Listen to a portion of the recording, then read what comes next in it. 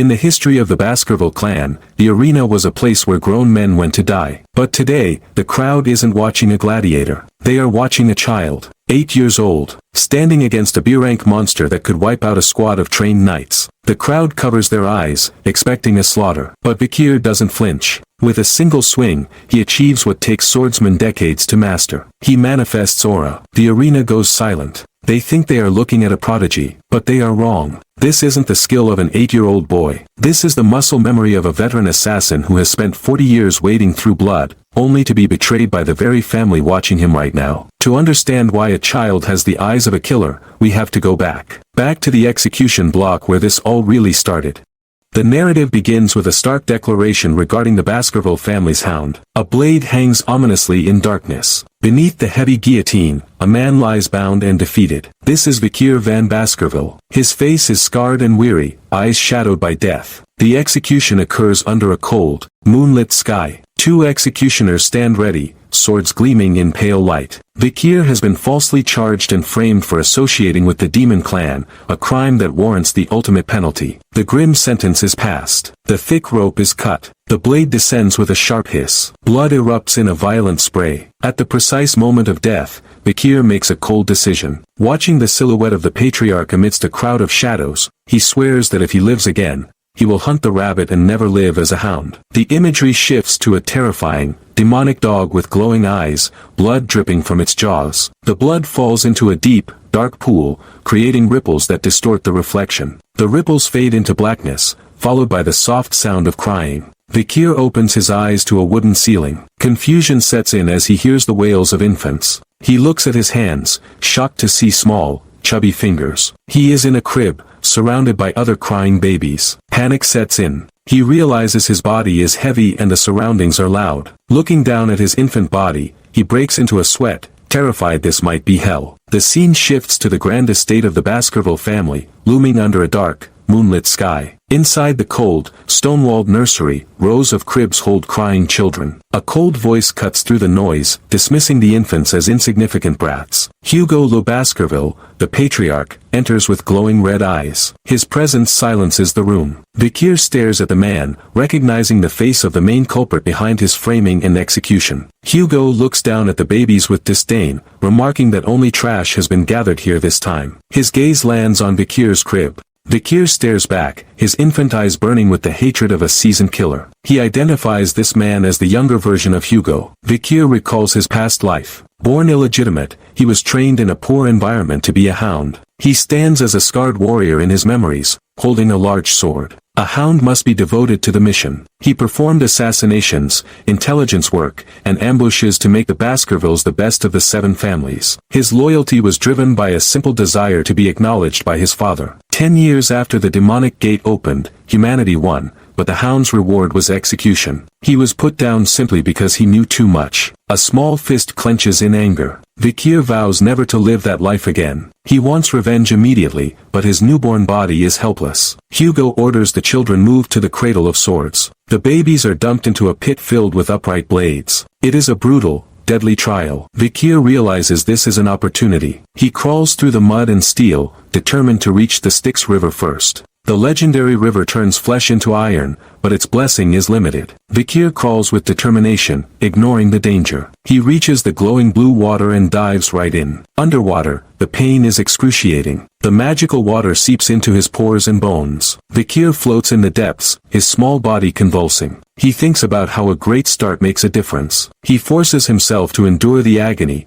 holding his breath as bubbles rise to the surface. He must absorb as much energy as possible. 7 minutes pass. On the surface, the head butler, John Barrymore, warns Hugo that the child might die. Hugo watches with interest. The butler insists they retrieve him. Hugo laughs loudly, amused by the situation. Suddenly, a hand breaks the surface. Hugo grabs Vikir by the leg, hoisting him into the air. Water drips down from the infant's body. Hugo asks for the child's name. The butler identifies him as Vikir van Baskerville. Hugo peers closely at his son. He notices the boy has already grown teeth. Vikir coughs up water but maintains a ferocious glare. Hugo grins, declaring that a very greedy son has been born. Hanging upside down, Bakir stares directly into his father's eyes. Internal fury burns within him. He vows to use this time to sharpen his canines silently. He promises that when the time finally comes, he will rip his master's head off. The entire Baskerville family will disappear into history by his own hands. The narrative notes that at 8 years of age, he was talented enough to be called a genius, but he was considered ordinary in his family. At 20, he took on assassination, espionage, and conquest missions. At 29, he felt he had reached his limit in swordsmanship compared to those of direct lineage. At 30, the demonic gate opened, starting the demon clan's invasion. At 35, he endured the era of destruction, slaughtering monsters. At 39, the war ended with the human realm's victory. At 40, he was rewarded for his loyalty. The reward was defamation, false accusation, and the guillotine's blade. Darkness covers the screen before the main title appears. Bakir wakes in a cold nursery, sweat rolling down his face. Checking his status, he realizes he absorbed the Styx River. He crawls toward a glowing chest, suspicious of why Madam would place it there. Opening the latch reveals a trap. 2 red-eyed snakes hiss from the box. They are bloody mambas. Bakir deduces that someone sent rare vipers to assassinate him to reduce competition. The snakes lunge, threatening all the babies in the room. Bakir intercepts the strike, his eyes glowing crimson. He catches both vipers mid-air, strangling them with his infant hands. He crushes their necks, vowing to bring the entire family down with his own hands. He drops the dead snakes and sleeps. The next day, adults are shocked to find the child sleeping peacefully next to the carcasses. Nannies are executed after torture, but the mystery remains. Only the young hound knows the truth. 8 years later, Bakir sits in a classroom. A teacher points to a board, explaining levels of swordsmanship. He describes the sword beginner who cannot use mana, the sword expert who infuses a little, and the sword graduator who emits liquid-like aura. Lastly, he describes the sword master who wields solid aura freely. He states that Sir Hugo is at that level. The students gasp in awe. Bakir stares blankly, thinking that Hugo was already a master at this time. He resolves to regain his power before the coming-of-age ceremony. The teacher adjusts his glasses, assuming Bakir is lost in thought. He believes Bakir is talented due to his 7-minute dive in the Styx River, unaware that Bakir is actually calculating the years needed to kill the patriarch. Bakir sits at his desk as 3 boys approach. They are Highborough, Middleborough, and Lowborough Baskerville, all 9 years old. One kicks Bakir's desk, calling him garbage van. They question the weird rumors about him strangling vipers. Bakir recognizes them as the trio who stabbed him while running away in his past life. He decides to crush them now to prevent future annoyance. Highborough draws a dagger, asking if Bakir's steel body can withstand a stab. Bakir grabs the blade directly. The bullies laugh, betting he cannot last 3 minutes. Bakir thinks about how cruel children are and decides to play along. 1 minute passes, then 3. 10 minutes later, the bullies are sweating in terror. They realize the legend is true. They try to pull the knife away, but Bakir holds tight. He crushes Highborough's fingers. The boy screams. Bakir asks who let them go. Highborough attacks again, but Bakir dodges and trips him. The knife flies into the wall. Bakir pins Highborough down to the floor, twisting his arm. He reminds them that power and talent overcome age in the Baskerville family. His eyes glow red as he smiles, terrifying them with a promise to keep playing until the bitter end. Bakir grips the boy's arm tight, his eyes burning crimson as he declares that age is meaningless in Baskerville compared to strength and talent. Highborough screams as Bakir throws him across the room. He crashes into Middleborough and Lowborough, sending the trio sprawling. The dagger clatters on the stone floor. The boys look up in terror, blood dripping from their shattered mouths. Bakir picks up the weapon, the blade gleaming in the dim light. He tells them not to be scared, as they will heal after treatment,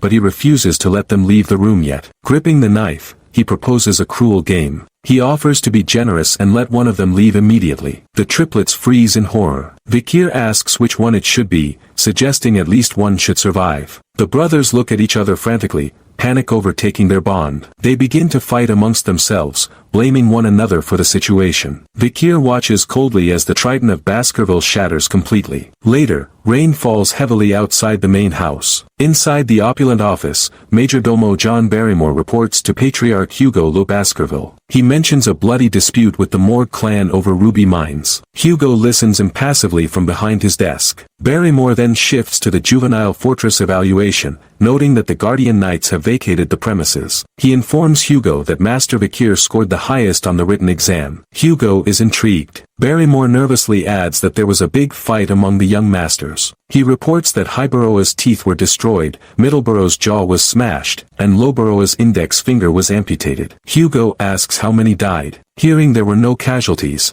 he asks who wounded them. Barrymore reveals it was the 8-year-old Vikir. Vikir enters the office, looking calm. Hugo observes him, noting he has grown. Vikir greets him without fear. Hugo questions him about disabling the seniors, asking if he feels any guilt. Vikir looks confused, asking what was wrong about his actions. He argues that since he is stronger, he cannot be wrong. Barrymore interjects that the brothers graciously forgave him. Vikir finds this laughable. He remembers his past life, seeing a silhouette of a woman who became a nun begging Hugo for mercy in a red room. Hugo had killed her, stating forgiveness is for the weak. Vikir looks Hugo in the eye and repeats those exact words, declaring that forgiveness is an excuse for those without strength. He asserts that weakness is a sin and only the strong reign supreme. Hugo smiles, his eyes glowing red with approval. He acknowledges that Vikir understands the family motto perfectly. He tells Barrymore to give Vikir whatever snack he wants from food storage. Vikir smiles innocently and asks for chocolate. They walk down the hallway to the pantry. Inside, shelves are stacked high. Vikir points to a crate of raw cacao beans. The chef in white is shocked, explaining these are bloody beans, extremely bitter and concentrated. He warns that one bean makes 100 liters of chocolate. Vikir insists on taking them raw. He pops a hard dry bean into his mouth and chews. Barrymore watches, sweating, thinking the boy has peculiar tastes to eat such bitter ingredients alone. Vikir holds the bag of beans, satisfied. He realizes that within the Patriarch's restrictions, he has found a method to obtain unlimited energy. He knows these bloody beans are crucial for the practical exam in 5 days. He smiles in the shadows, his eyes shining with dangerous intent. He vows not to lose to the direct descendants. Outside, leaves fall around him as his expression darkens. On this day, the iron-blooded hound truly bears his fangs. Vikir smiles with a manic glint in his crimson eyes as the narration foretells a massive catastrophe unlike any the Baskerville clan has ever witnessed. The family crest, adorned with crossed swords and heavy chains, symbolizes their bloody and ruthless reputation as the Berserker clan. From the moment children here learn to walk, they endure a brutal education program designed to strip away any trace of weakness. Young candidates sprint up steep, rocky mountains for basic stamina training, leaving exhaustion and fallen comrades in their wake. Resting outside designated times is strictly forbidden. At night, they must sleep curled against the cold, stiff corpses of demonic creatures or alongside live monster offspring to force adaptation to the harsh environment. Once these hounds turn 8, they face assessments of gruesome difficulty. A silhouette of a boy erupts with a violent blood-red aura, embodying the madness that earned the clan its violent name. Now, standing beneath a gloomy sky, the practical assessment finally begins. Young candidates stand in uniform rows, heavy swords strapped to their backs. They have gathered at Mount Le Rouge-et-le-Noir, a jagged peak teeming with captured monsters from the borders. Mist swirls around their boots as a tall figure emerges from the fog. The instructor, Pavlov van Baskerville, introduces himself as the clan's guide dog. His single red eye glows menacingly as he explains the simple yet brutal rules. They must survive alone here for a month and hunt strong demonic creatures. He outlines the scoring system while pointing his cane at the terrified group. 10 points are awarded for saving a life, 30 for saving one without injury, and 50 for eliminating a rival young master. Hunting a creature and surviving earns 70 points, while meeting all prior conditions grants 90. Pavlov gestures to the golden badge pinned to his collar, explaining that stealing another's badge yields bonus points. However, death results in 0 points, and achieving a perfect 100 is strictly impossible. The candidates sweat nervously as Pavlov reminds them of Patriarch Hugo's teachings, warning that letting their guard down means immediate death. He displays a map, advising them to avoid the unexplored restricted areas marked with skulls and remain within the subjugated zone. Guardian Knights, acting as secret referees, will observe from the shadows. Whispers erupt among the children as they stare at Vikir. They gossip about his legendary feats, claiming he survived 7 minutes submerged in a river Styx and strangled 2 venomous snakes to death while lying in his cradle. They note his perfect score on the written test with skepticism. Vikir stands apart from the trembling group, his expression unreadable. He gazes up at the ominous mountain, thinking that it has been a long time since he last visited this place. His left eye burns with an intense red light, startling the boys standing near him. Pavlov raises a small golden handbell, his face impassive. He announces that the bell's sharp chime will signal the official start of the assessment. Holding the handle tight, he solemnly prays for their success. The bell's chime resonates through the mist, marking the commencement of the survival exam. Pavlov's voice lingers, praying for their success as the golden bell hangs in the air. The sound ripples outward, signaling the start. Pavlov stands firm in his military coat, flanked by the swirling fog. Suddenly, the ground beneath him erupts with motion as the students scatter in every direction. They blur into streaks of speed, leaving the instructor behind in the clearing. Vikir dashes through the dark woods, his expression focused and calculating. He knows he must secure an advantageous position immediately. His mind races back to his past life, recalling a specific location he noticed during the previous timeline's exam. He moves with purpose, a sharp grin on his face. Behind him, the triplets from the Baskerville clan sprint in pursuit. They realize there are no rules mandating solitary survival. Their strategy is simple: follow Vikir and steal his points. The three boys argue as they run, one demanding they secure the area first, another snapping back not to be ordered around, and the third insisting he will do well on his own. Back at the starting point, Pavlov watches the empty clearing. He takes a cigarette from his pocket, wondering if the chaos has already begun. He lights it, the flame illuminating his scarred face. He reflects on the nature of the exam. While the rules do not explicitly encourage killing fellow students, it is not strictly forbidden either. However, he notes that it is simply not encouraged. He exhales a cloud of smoke, thinking about the point deductions for killing. He knows the students will try their best to avoid killing others directly with their own hands to preserve their scores. In the forest, a student lies helpless on the ground, surrounded by a pack of white wolves. Above, another student watches from a high vantage point, clutching a stolen badge, proving that indirect elimination is the preferred method. Pavlov remains confident, believing the guide dogs overseeing the exam will ensure deaths are kept to a minimum. Deep in the woods, a hooded figure hides behind a tree, spying on Vikir. Vikir stands before a massive, ancient tree, its branches reaching high into the gloom. The spy watches, realizing they are near an unexplored area and wondering how far Vikir plans to go. He recalls the rumors of Vikir being a genius since infancy and eagerly anticipates a display of skill. Vikir taps the ground with a stick, testing the soil's density. Finding the ground soft enough, he decides this is where he will stay. He stretches his arms, asking himself if it is time to enjoy a vacation. The spy watching from the shadows is baffled by Vikir's words. He watches in disbelief as Vikir begins to set up a camp. Vikir gathers firewood, carrying a large bundle in his arms. He practices his swordsmanship, slashing through the air with precision. Later, he wipes sweat from his brow after his labor. In contrast, the triplets are shown elsewhere, struggling desperately against a massive bear, their swords clashing against its claws. Back at Vikir's camp, the boy lies on the ground, hands behind his head, relaxing completely. The spy continues his surveillance, growing increasingly frustrated. He observes that Vikir has done nothing but sleep and dig a hole for several days. Aside from that,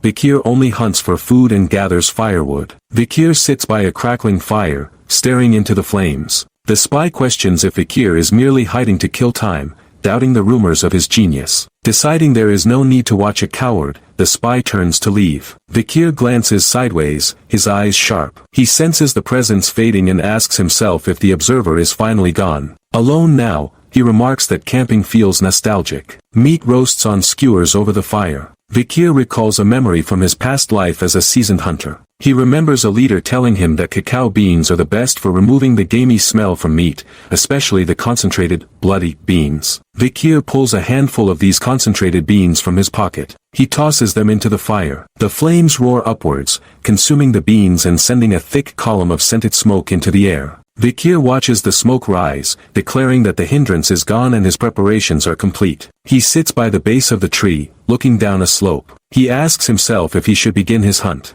The slope leads down to a pit he has dug, filled with sharpened wooden stakes. A few days pass. Vikir walks deeper into the forest, entering the unexplored area marked by a skull on the map. He notes that while this area is uncharted for the current timeline, it was basically his backyard when he was a scout in his previous life. The air grows thick with a scorching scent that stings his nose. He observes dead, burnt roots on the forest floor. He knows the habitat of his target is nearby. Suddenly, he spots something on the ground. He identifies it as burning excrement. A pile of waste smolders on the earth, radiating intense heat. Vikir knows there is only one demonic creature in these parts capable of creating such an excretion. A low growl vibrates through the air. A massive, wolf-like beast steps onto a rock formation, its body wreathed in perpetual flames. Vikir looks up at the creature, remarking that he got sick of them during his scout days, but seeing one now is quite welcome. The monster reveals itself fully. It is a hellhound. The beast stands atop the rock, fire pouring from its mouth and eyes. Vikir stares it down without fear. The hellhound roars, a torrent of flames erupting from its maw. The creature is identified as a danger rating B+ monster, a dog that carries hell in its mouth. Its fire originates from the depths of the extreme oil hell and cannot be extinguished until its fuel is incinerated. Vikir explains that these demonic creatures have consumed the hellfires of oil hell. The hellhound steps down, its skin like cracked magma, glowing with internal heat. Vikir recalls that before his regression, he was only able to fight one of these alone after turning 18. The beast snarls, smoke drifting from its jaws. Vikir acknowledges that a head-on fight would be too much for his current 8-year-old body. However, a confident smile plays on his lips. He knows a method that allows even children to defeat a hellhound. The hellhound lunges, a blur of fire and muscle. Vikir leaps backward, dodging the attack. As the beast sails through the air, Vikir notes the first weakness of a hellhound. The monster lands and charges again. Vikir sidesteps with ease. He explains that the hellhound can only move in a straight line. The beast crashes past him, skidding on the ground as it tries to turn. Vikir notes it has a hard time following sharp changes in direction. The hellhound looks back, momentarily confused by its prey's evasion. Vikir pulls out a small bottle. He announces the second weakness of a hellhound. He pours a clear liquid onto his blade. He explains that for some reason, demonic creatures cannot cross water, regardless of the amount. He flicks the water from his sword, creating a barrier of droplets. In this situation, the slowed-down hellhound approaches, exposing the fatal weakness of dog-type monsters. The hellhound charges once more, jaws wide open. Vikir stands his ground, watching the beast close in. He states that they open their mouths when they run. With a casual flick of his finger, he sends a small object flying through the air. The object sails directly into the hellhound's gaping maw. The beast swallows it mid-lunge. Vikir turns his back and walks away as the hellhound lands behind him. Suddenly, the flames on the beast's back flare erratically. The monster freezes, its eyes widening in shock. It lets out a pathetic whimper and collapses to the ground, convulsing. The fire on its body sputters as it writhes in agony. Vikir holds up a small, red bean. He reveals that chocolate is poison to dog-type monsters. He explains that if it is a bloody bean, used to make 100 liters of chocolate, the effects would be immense. Behind him, the hellhound foams at the mouth, completely paralyzed. Vikir grins, declaring that the hunting dog from hell cannot beat chocolate. He walks over to the incapacitated monster, gripping his sword. He analyzes the beast's anatomy, noting that the poison likely hit the stomach and heart first, but the tough ribs protect those organs. He points his sword at the creature's flank. He identifies the target as a spot that is weakened and unprotected by the ribcage, the kidneys. Vikir drives his sword downward. The blade pierces the hellhound's side. The monster whimpers one last time as Vikir twists the sword, finishing the hunt. Black blood splatters onto the ground as the hellhound breathes its last. Smoke rises from the charred corpse of the hellhound,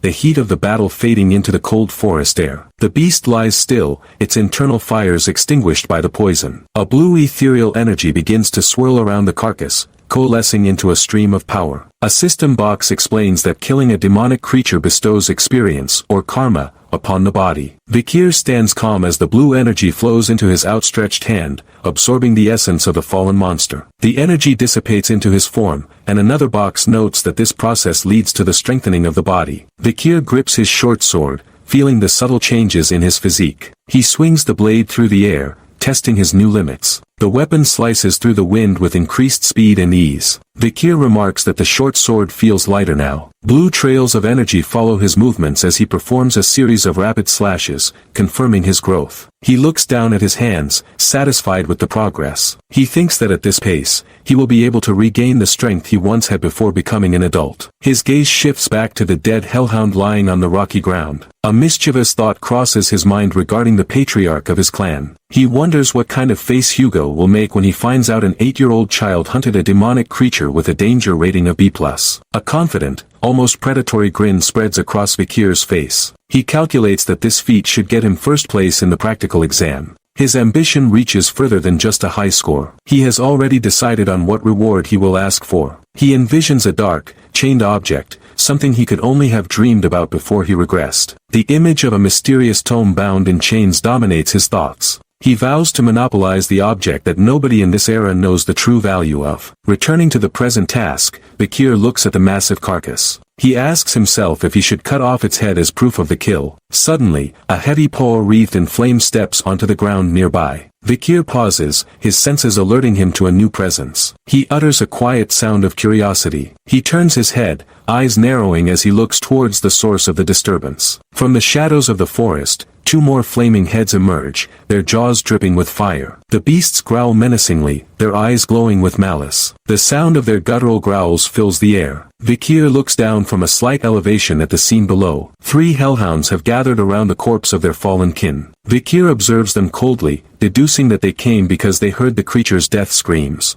He asks aloud if they are going to avenge their colleague or something. One of the hellhounds ignores Bakir and clamps its jaws onto the neck of the dead hellhound. Bakir watches with a dry amusement as the beast begins to cannibalize its own kind. He remarks on how thoughtful of them it is. The hellhound tears into the flesh, blood dripping from its fiery maw. Bakir stands ready, his sword held loosely at his side. He stares down at the pack with unwavering intensity. He declares that he had no intention of only hunting one in the first place. Gripping the severed head of the first hellhound, he challenges them to come at him, noting he still has plenty of beans left. Suddenly, the atmosphere shifts. Behind the pack of hellhounds, a massive, dark purple aura begins to manifest. 2 giant, glowing purple eyes open in the darkness, towering over the other monsters. The hellhounds in the foreground flinch, their flames flickering as a deep, resonant breathing sound emanates from the shadows. A colossal, 3-headed silhouette steps forward, its presence dwarfing the smaller beasts. Bakir's eyes widen in genuine surprise. He stares at the new arrival, a question mark forming in his mind. The hellhounds below are trembling violently. Bakir wonders if they are getting scared of the killing intent being emitted by a mere 8-year-old. The smaller monsters cower, whimper, and back away, their aggression replaced by terror. Bakir analyzes their behavior, noting that normally, hellhounds would rather die than submit to their prey. The fear in their posture is undeniable. Bakir realizes the truth. Unless, the source of their fear is not him. The massive creature steps fully into the light, revealing itself as the true alpha. Bakir stands his ground, the severed head still in his hand, as the giant beast looms behind the pack. The 3 heads of the monster are silhouetted against a purple aura. The sheer scale of the creature is overwhelming. Purple flames leak from its multiple maws. Rows of razor-sharp teeth glint in the eerie light. A low, vibrating growl rumbles from its 3 throats. Bakir stares up, identifying the monster immediately. It is a Cerberus, the legendary watchdog of hell. The 3 heads snarl in unison, purple lightning crackling around their dark fur. Bakir is stunned by the appearance of such a high-ranking monster. Sweat beads on his forehead as he recalls that a Cerberus is a demonic creature with a danger rating of A+. His mind races, trying to understand why a creature that should be in the 7th ridge is here in the 1st. The anomaly troubles him deeply. Suddenly, he notices a detail on the beast's massive flank. As the Cerberus moves, Bakir spots streams of blood. He realizes the creature is bleeding. Peering closer, he sees the cause of the injury. Broken arrow shafts protrude from the beast's thick hide, and slash marks mar its skin. Bakir observes that there are arrow wounds all over its body. He wonders if someone was trying to hunt it. A realization strikes him. He recalls that the other side of the mountain is the barbarian tribe's area. The silhouette of a barbarian warrior holding a spear appears in his mind's eye, surrounded by flames. He deduces that if it was chased down all the way here by the barbarian tribe, it must be exhausted. The pieces of the puzzle fall into place. Bakir's expression shifts from shock to opportunistic determination. He realizes this is a golden opportunity. Facing an A+ ranked demonic creature that has received fatal wounds is a rare chance. He decides he must take it down, even if it means using everything he has got. A narrative box explains that Bakir had been hiding his skills within the Baskerville clan. His mastery over the sword had actually reached the stage of a high sword expert. Blue energy swirls violently around his blade as he channels his aura. The blade glows with a lethal intensity. The narration continues that his mastery of the Baskerville third Fong had already reached a level that other hounds would only reach during adulthood. The sword hums with power. Bakir launches himself into the air, his eyes locked on the target. He prepares to strike, his body a blur of motion. The sword descends, trailing blue light. Bakir strikes the Cerberus's massive paw with a resounding impact. He moves with incredible agility, dodging and weaving around the beast's limbs. He lands a hit on the creature's leg, but the skin is like armor. The impact sends a shockwave through the air. Vikir continues his assault, slashing at the monster's defenses. Sparks fly as his sword meets the Cerberus's hide. He grits his teeth, putting his weight behind the blow. The blue aura flares as he tries to penetrate the monster's defenses. The Cerberus roars in annoyance and pain, its voice shaking the ground. Vikir is forced back by the sheer force of the creature's movement. He skids across the ground but quickly regains his footing. He dashes forward again, refusing to let up the pressure. He dodges a snapping jaw and moves in for another strike. He tells himself he can do this. His confidence is bolstered by the visible injuries on the beast. He swings his sword again, aiming for a weak point. He reasons that it is definitely possible if it is an injured Cerberus. Narration reveals that before regressing, throughout the war against the demons, Vikir's sword techniques had been polished to the point where there were no unnecessary movements when killing the opponent. The text continues, stating that on top of that, he had a body that had been strengthened by the river Styx. Vikir unleashes a flurry of strikes,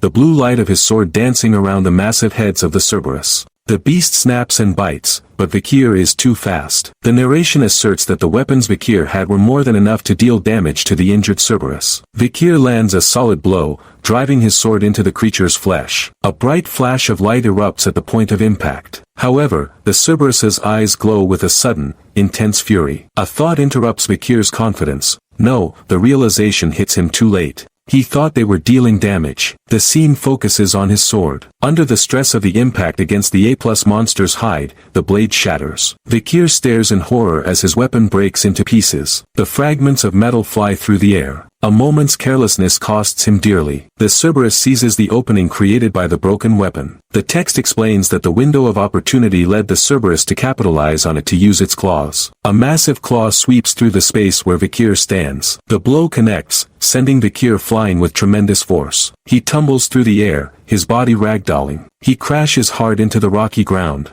The impact is brutal, kicking up dust and debris. Vikir cries out in pain as he hits the unforgiving surface. He slides back, his momentum carrying him into a stone wall. The sound of the impact echoes. Vikir coughs violently, a splatter of blood erupting from his mouth. He struggles to breathe, his eyes wide with shock and pain. Blood drips from his chin as he tries to recover. A status screen for the monster appears in red. It identifies the creature as a Cerberus. Danger level A+.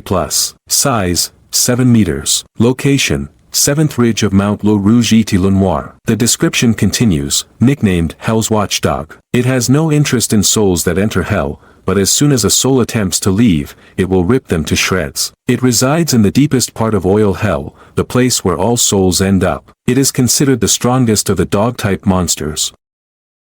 He lies huddled against the tree roots, struggling to regain his bearings as the world spins around him. Vikir slumps against the rough bark, gasping for air. He lifts his head, his vision swimming, only to see the three-headed nightmare emerging from the shadows. Purple lightning crackles around the Cerberus's massive form, illuminating the forest with an ominous glow. The beast steps forward, its 3 pairs of eyes locked onto its prey. Vikir remains seated, unable to stand immediately. He analyzes his condition with a cold, detached logic despite the pain radiating through his body. He realizes he took a direct hit from the A+ rank monster. His attention shifts to his left arm, which throbs with an intense, dull ache. For a moment, he fears the limb has been torn off completely. The background turns a stark red, emphasizing the searing pain coursing through his nerves. He looks down at his arm, inspecting the damage. The sleeve of his uniform is shredded, revealing bruised and bleeding skin, but the arm is still attached and functional. A wave of relief mixes with surprise. He thinks to himself that sustaining only this much injury from a head-on collision with a Cerberus is nothing short of a miracle. The Cerberus snarls,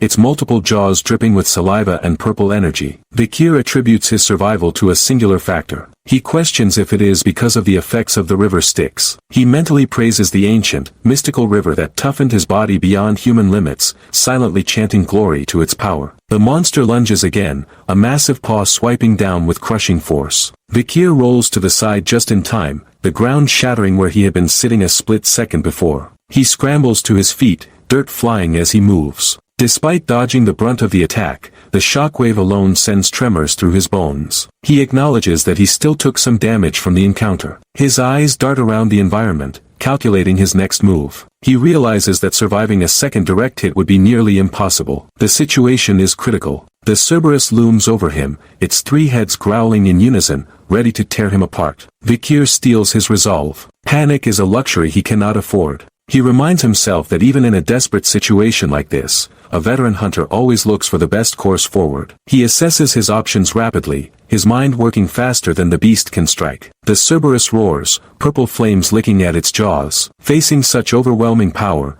Vikir decides on the most pragmatic tactic available. The 36th stratagem. Retreat. He turns on his heel and sprints into the dark forest. The Cerberus gives chase immediately, its heavy paws thundering against the earth as it pursues the fleeing child. Vikir pumps his arms, running with everything he has. As he dashes through the trees, he thinks about the arrow wounds he saw on the beast earlier. He realizes he needs to thank the barbarians from over the mountains. If they hadn't exhausted and injured the creature first, he would have been caught and torn apart instantly. Ahead, the steel fence marking the boundary of the exam area comes into view. Beyond that fence lies the unknown territory outside the designated safe zone. Vikir runs straight for it, but his goal isn't just to escape. He is heading towards a specific location he prepared beforehand. The monstrous dog closes the distance rapidly, its shadow stretching over Vikir's small form. The sound of its breathing is right behind him. Vikir knows the timing is razor thin. If he is caught before he reaches the trap, his life ends here. He pushes his legs harder, the wind whistling past his ears.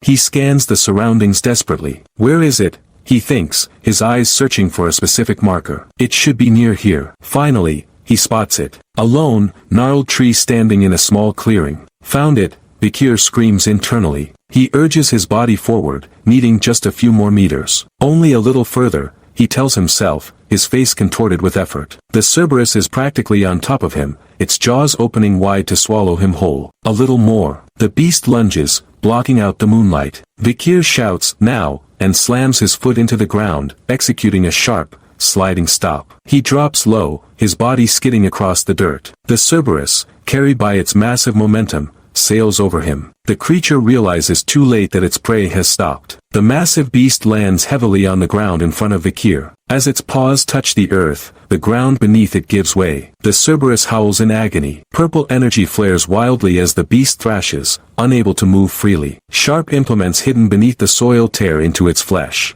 Vikir rolls to a stop and lies on his back, chest heaving. He looks up at the trapped monster with a triumphant, exhausted grin. Welcome to the cradle of swords, Cerberus, he whispers. The creature struggles violently, but the more it moves, the more it hurts itself. The trap Vikir set holds it fast. Vikir sits up, wiping cold sweat from his brow. He marvels at the situation. Who could have known that the trap I prepared to use against the Hellhound pack would be used to catch Cerberus? He watches the beast suffer. He explains his reasoning internally. Just like the Hellhounds, the Cerberus is a dog-type monster. The trap isn't just spikes, it's chemical warfare. The spearheads buried in the ground are coated with bloody bean extract. On a canine monster, this substance acts as a potent, paralyzing poison. Green foam begins to drip from the Cerberus's mouths as the toxin rapidly enters its bloodstream. The beast's movements become sluggish, its roars turning into gurgling whimpers. The purple glow in its eyes begins to dim. Vikir observes the creature's resilience. Despite the massive dose of poison,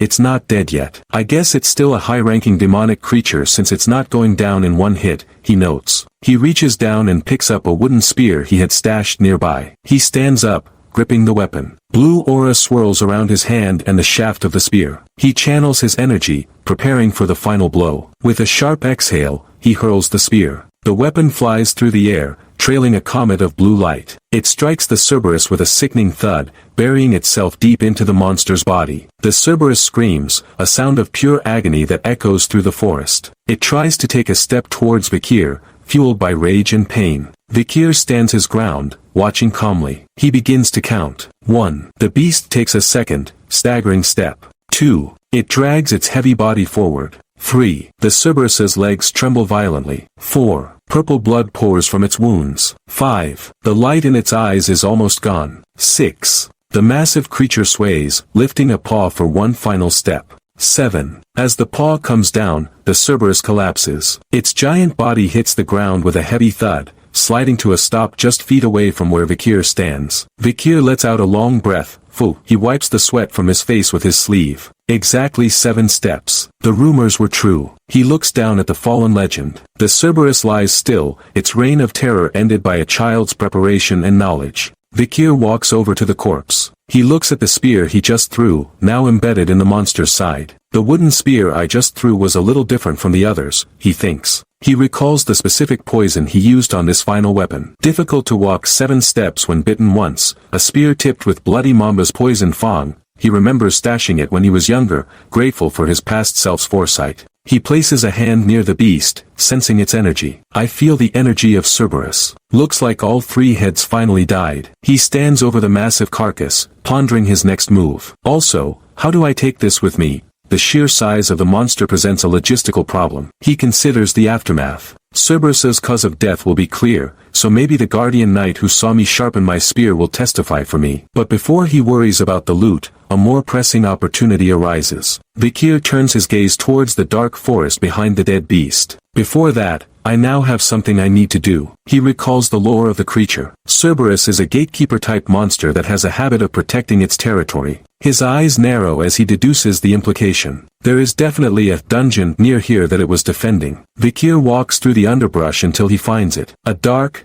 gaping maw in the rock face. A dungeon entrance. A strange space that holds treasure. It is also sometimes inhabited by powerful demonic creatures. He stares into the abyss. Since the gatekeeper disappeared, there is a high chance that the dungeon is empty. He decides to enter, but he needs a disguise. If I cover myself with Cerberus's scent, I should be able to avoid confrontation with most demonic creatures. He reaches down to the ground where the monster had been pacing. He scoops up a handful of muck, a mixture of dry and crumbling dirt, rotten leaves, damp roots, and the foul drool and fluids the Cerberus left behind. Vikir studies the ground, his eyes locking onto the faint, glowing residue on the forest floor. The footsteps and drool it left behind act as a beacon in the darkness. He decides to follow these traces back to its lair. He moves silently through the underbrush, the trail leading him deeper into the wilderness until the trees give way to a rocky clearing. He stops, his gaze fixing on a dark opening in the cliff face. Found you. A reddish hue emanates from the cavern's mouth, staining the surrounding rock with an ominous glow. Vikir stands before the entrance, confirming his suspicion. This is the dungeon that Cerberus was in. Memories from his past life surface.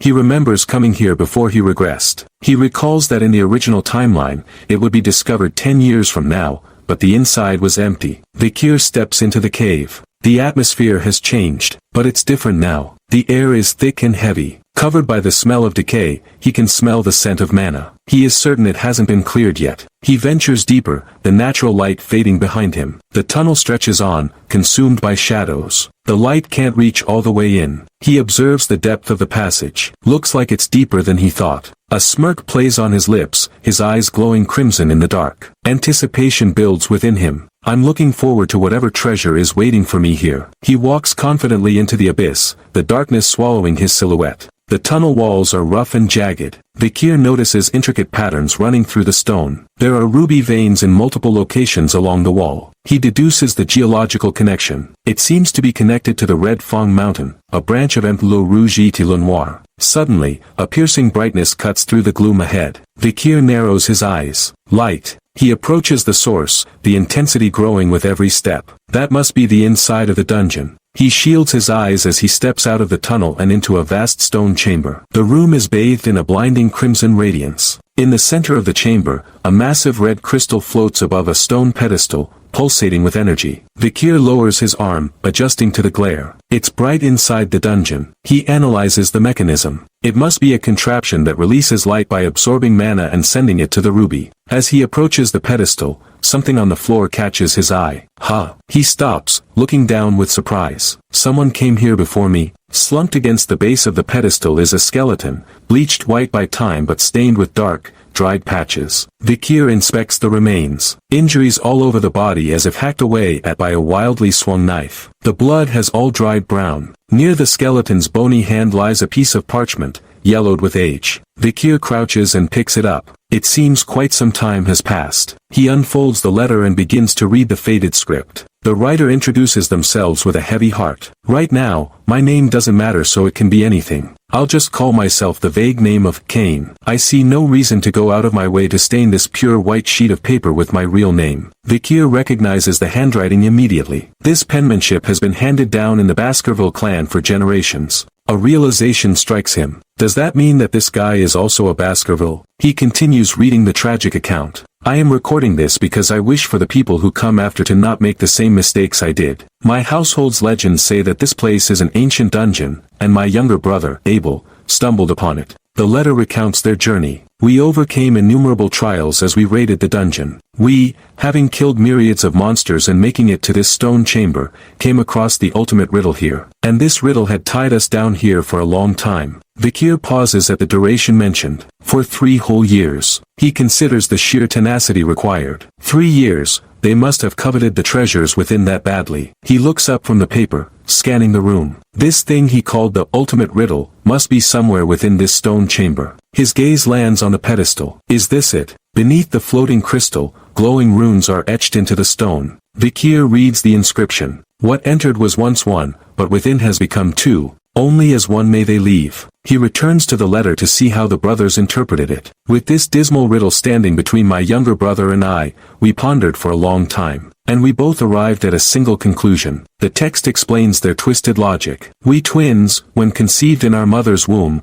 were once 1, but by the time we were born, we had been split in 2. Hence, to leave this dungeon with what we wished for, we must both become 1 again. That meant, the letter's tone turns grim. That of the 2 of us, only 1 could leave with the thing we coveted. No. Vikir visualizes the scene described. 2 brothers, driven mad by greed and confinement, drawing swords against each other. The confession continues, filled with horror. The 2 of us have now definitely been made 1, but I still can't obtain anything. I killed my younger brother. I murdered him. In the end, after a long and intense battle, I killed my brother. The writer describes the aftermath. Now only 1 person remains in the stone chamber. But even now, nothing has changed within this chamber. The despair in the words is palpable. Leave this place immediately. All it does is drive people mad with greed. There is nothing to gain here in this demonic cave. The skeleton sits motionless, a testament to the letter's warning. After an eternity of regret, I decided to leave this place. If there are any brave descendants who come here,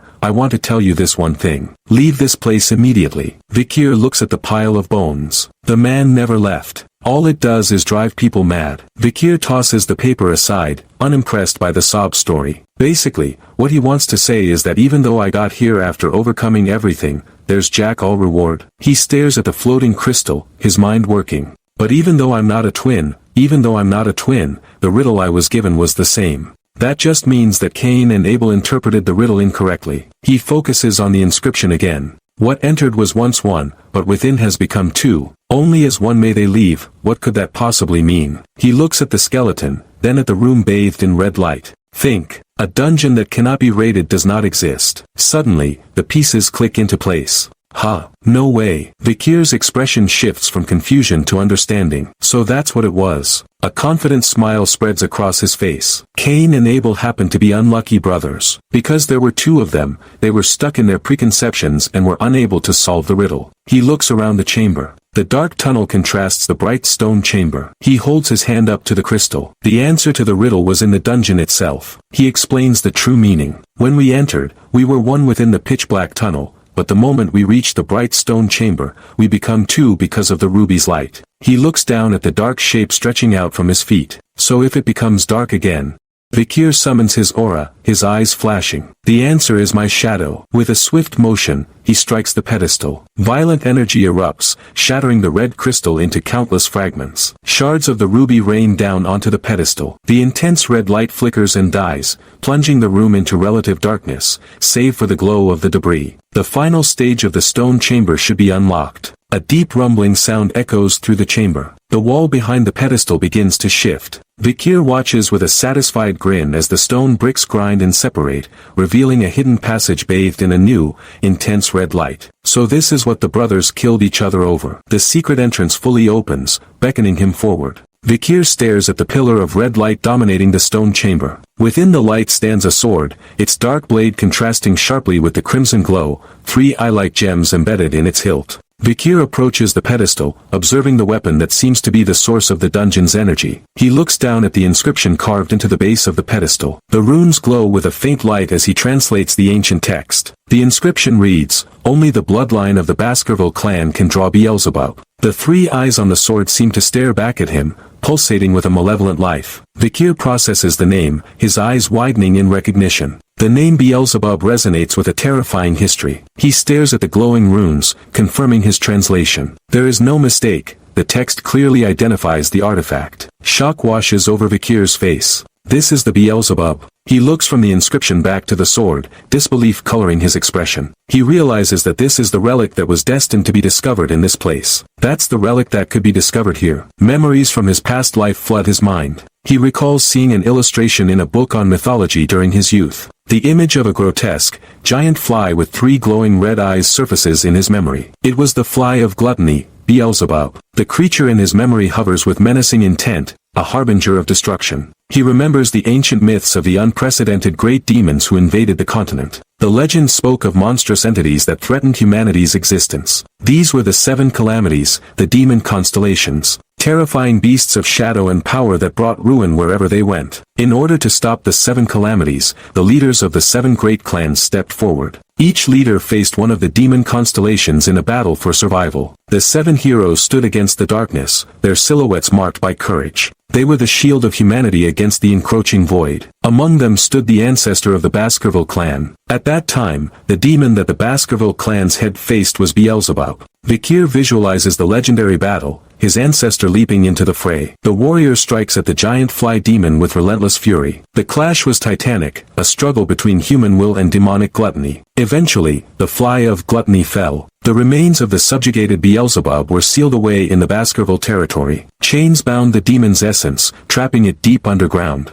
The demonic energy that Beelzebub spewed caused the monsters to gather in the region. That was how the legend went, though few in the current era believe it to be true. However, Vikir knows the legend was fact, and he recalls the sword's dark future. In the original timeline, this sword falls into the hands of the demons. The blade, corrupted and unleashed, brings death to innumerable humans on the battlefield. Vikir's expression hardens as he resolves to change that fate. However, in this life, something like that won't happen. A determined grin spreads across his face as he reaches for the hilt. He grips the handle firmly, his eyes glowing with red mana. After all, now, this shall be mine. He pulls with all his might, and the chamber erupts in a violent swirl of red energy. The force of the release is intense, blowing his hair back as he struggles to control it. The red light intensifies, enveloping him and the pedestal. The energy surges wildly, vibrating through the floor and into his body. A high-pitched ringing sound fills the air as the power peaks. Vikir grunts in pain, the energy overwhelming his senses. Ugh! He cries out, clutching his arm as the red energy lashes out. The sword begins to lose its solid form, dissolving into jagged streaks of crimson power. The energy climbs up his arm, seeking a host.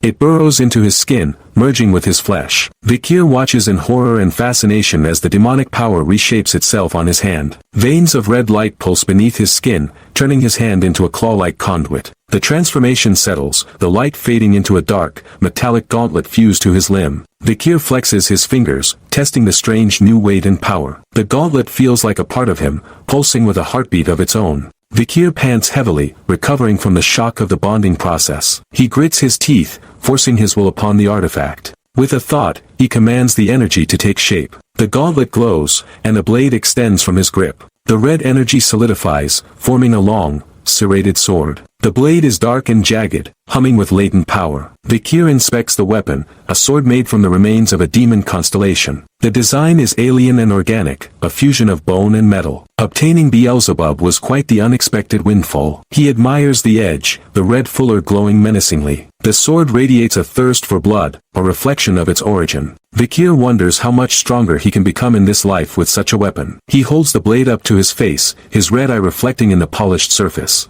A confident smirk returns to his lips. The sword dissolves back into red mist, retracting into the gauntlet on his hand. "I'm looking forward to it," he murmurs. He turns away from the empty pedestal, his mission in the dungeon complete. The chamber is silent once more, save for his footsteps. There's nothing more I can get from here. He considers his next move, deciding to head back now. Suddenly, he stumbles, his vision blurring. He steadies himself, a wave of vertigo washing over him. Dizzy, the world spins around him. Sweat beads on his forehead as he tries to focus.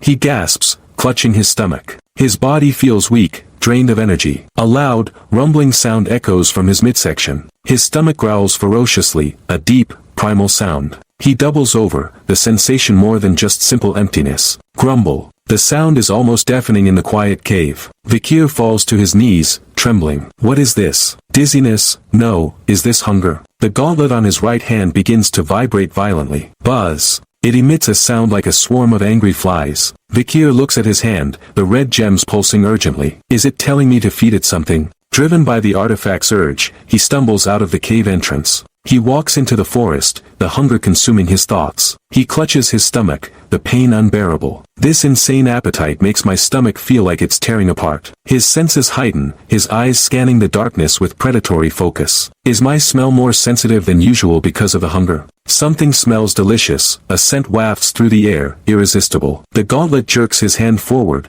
pulling him towards the source. Vikir is dragged along, unable to resist the pull. The gauntlet extends a thin, red tendril, pointing like a divining rod. Are you telling me there's something to eat over there? The tendril quivers with anticipation, leading him to a dark shape on the ground. Vikir reaches out, his hand moving on its own accord. He approaches the object, the smell of blood thick in the air. It is a carcass lying in the shadows. He recognizes the form immediately. Isn't this the hellhound corpse I killed before? The massive beast lies dead, its wounds still fresh. With a wet squelch, the gauntlet shoots a sharp proboscis into the corpse. The red spike penetrates the tough hide effortlessly. It begins to pulse, drawing fluids from the dead monster. Vikir feels a rush of energy flow into him. The blood coming in through Beelzebub makes it feel like his stomach is finding its place once more. The unbearable hunger subsides, replaced by a warm satisfaction. I guess it starved for a long time, he thinks, watching the gauntlet feed. A realization strikes him about the state of the mountain. There's no way the withering trees and dry land in Intilo Rouge et Le Noir were also caused by Beelzebub's insane hunger, right? He looks around at the desolate forest, connecting the dots. How much would I have to feed it to sate it?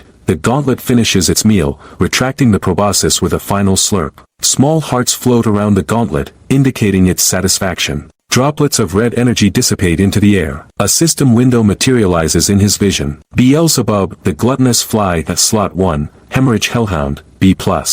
Slot 2, empty. Slot 3, empty. Vikir stares at the text, understanding dawning on him. Is this Beelzebub's unique skill? The gauntlet glows, confirming his suspicion. He examines the artifact closely. Beelzebub, the gluttonous fly. It was told that it had the ability to turn your opponent's ability into your own. The image of the fly demon appears in his mind again, its three eyes glowing. It could practically absorb a limitless amount of skills. And those who had their abilities absorbed were utterly destroyed. The victims were left as empty husks, their power consumed. But I guess 3 is the maximum amount of skills I can absorb since it's a corpse. He looks back at the drained hellhound carcass. Hellhound's hemorrhage. A skill that makes even the smallest of scratches pull out obscene amounts of blood. Vikir realizes the tactical advantage of this power. Wait, if I can steal skills. His eyes dart to the other corpse nearby. The massive body of the Cerberus lies a few meters away. The three-headed dog is a treasure trove of potential power. Blood pools around its wounds, calling to the hungry artifact. The gauntlet reacts instantly, shooting towards the new meal. W8. Vikir shouts, startled by the sudden movement, /Beelzebub. He grabs his wrist, trying to restrain the voracious weapon. The gauntlet pulls hard, desperate to consume the high-tier monster. Vikir struggles, planting his feet. You can't eat it all. It's going to be difficult to explain myself when they check it later and it's too damaged. Despite his protests, the gauntlet latches onto the Cerberus. It begins to suck aggressively, the sound of draining filling the air. Vikir watches in panic as the corpse begins to shrivel. Stop it, he commands, exerting his will over the demon's soul. The gauntlet reluctantly slows down, but not before taking a significant portion. Vikir pants, having barely managed to save the trophy. He pulls his hand back, severing the connection. The gauntlet buzzes, annoyed but sated for now. Another status update appears. Slot 1, incinerate Cerberus, A+. Slot 2, hemorrhage hellhound, B+. Slot 3, rapid regeneration brown rat norvegicus, F. Vikir blinks at the third slot. Rapid regeneration. He looks down and sees a small, desiccated rat corpse near the Cerberus. Did it also eat the brown rat corpse hidden under Cerberus? He sighs, accepting the mixed bag of skills. But getting the incinerate skill from Cerberus is a huge harvest. He holds up the shriveled rat by its tail, a smirk playing on his lips. If you take into account that one of the worst ways to die is to be burned alive, then it's much more foul than the hellhound's hemorrhage. He drops the rat, satisfied with his new arsenal. I've already finished preparing the demonic creature for the practical exam. he looks up at the moonlit sky through the trees. Then, shall I just relax until the assessment is over? Vikir stands alone in the forest, the master of the dungeon's secrets. Time passes, and the scene shifts to the gathering point. The young hounds of Baskerville stand in formation, their faces weary but proud. They carry weapons and armor crafted from their kills. The young hounds of Baskerville returned after finishing their practical assessment. Piles of monster parts and crafted gear are displayed on tables. The evaluation followed after that, and the corpses of those demonic creatures that the young hounds caught were crafted into shields, swords, necklaces, etc. and were returned to them as their spoils. The evaluators inspect the items, nodding in approval at the standard fare. However, one particular submission draws a crowd, and one of those demonic creature corpses that a young hound brought shocked the Baskervilles who were there. The adults stare in disbelief at the massive carcass presented to them. A stern-faced evaluator asks the question on everyone's mind. Who caught what? The answer is almost impossible to believe. Young Master Vikir van Baskerville, who is 8 years old. Master Vikir van Baskerville, who is 8 years old, accidentally crossed into the unexplored area during his exam. The evaluator, sweat trickling down his temple, reports the incident to the clan head. He adjusts his glasses nervously as he delivers the shocking news. The boy hunted a Cerberus, a monster with a danger rating of A+.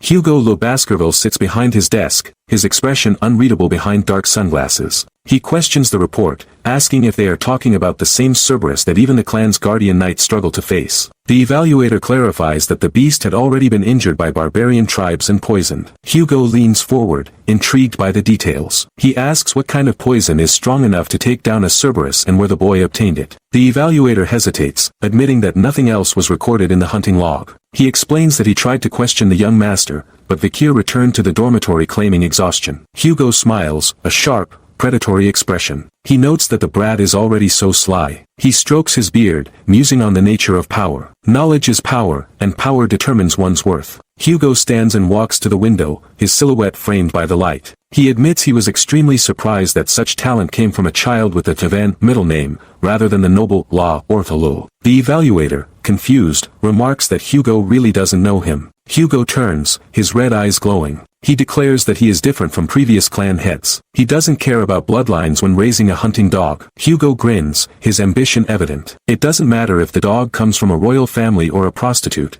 All he cares about is talent and determination. He asserts that even weaklings can come from good bloodlines. Gazing out at the castle spires, he asks if the evaluator understands. The evaluator sweats, wondering if Hugo is being conscious of his second son currently in secluded training. Hugo apologizes for his outburst but states he needs something to lift his mood. He decides that from now on, he shall call the boy young Master Vikir. Later, Vikir stands before the heavy wooden doors of the clan head's office. He enters, his expression calm and composed. Hugo sits at his desk, the evaluator standing beside him. Hugo gets straight to the point, mentioning the Cerberus kill during the practical exam. He asks how Vikir killed it. Vikir answers simply, "I fed it chocolate to kill it." Hugo stares at the boy, processing the answer. Vikir maintains a polite smile. Hugo repeats the word chocolate, and Vikir explains that chocolate is practically a deadly poison to dog-type demonic creatures. The evaluator realizes this is why Vikir requested chocolate earlier. Vikir confirms it with a simple yes. The evaluator observes the exchange, thinking they are just going back and forth with questions and answers without even agreeing. He wonders if this is really what a talk between a father and son should look like. Hugo then asks why Vikir didn't answer the evaluator properly when asked about the specifics of the hunt. Vikir answers without hesitation, "It was because he isn't my master."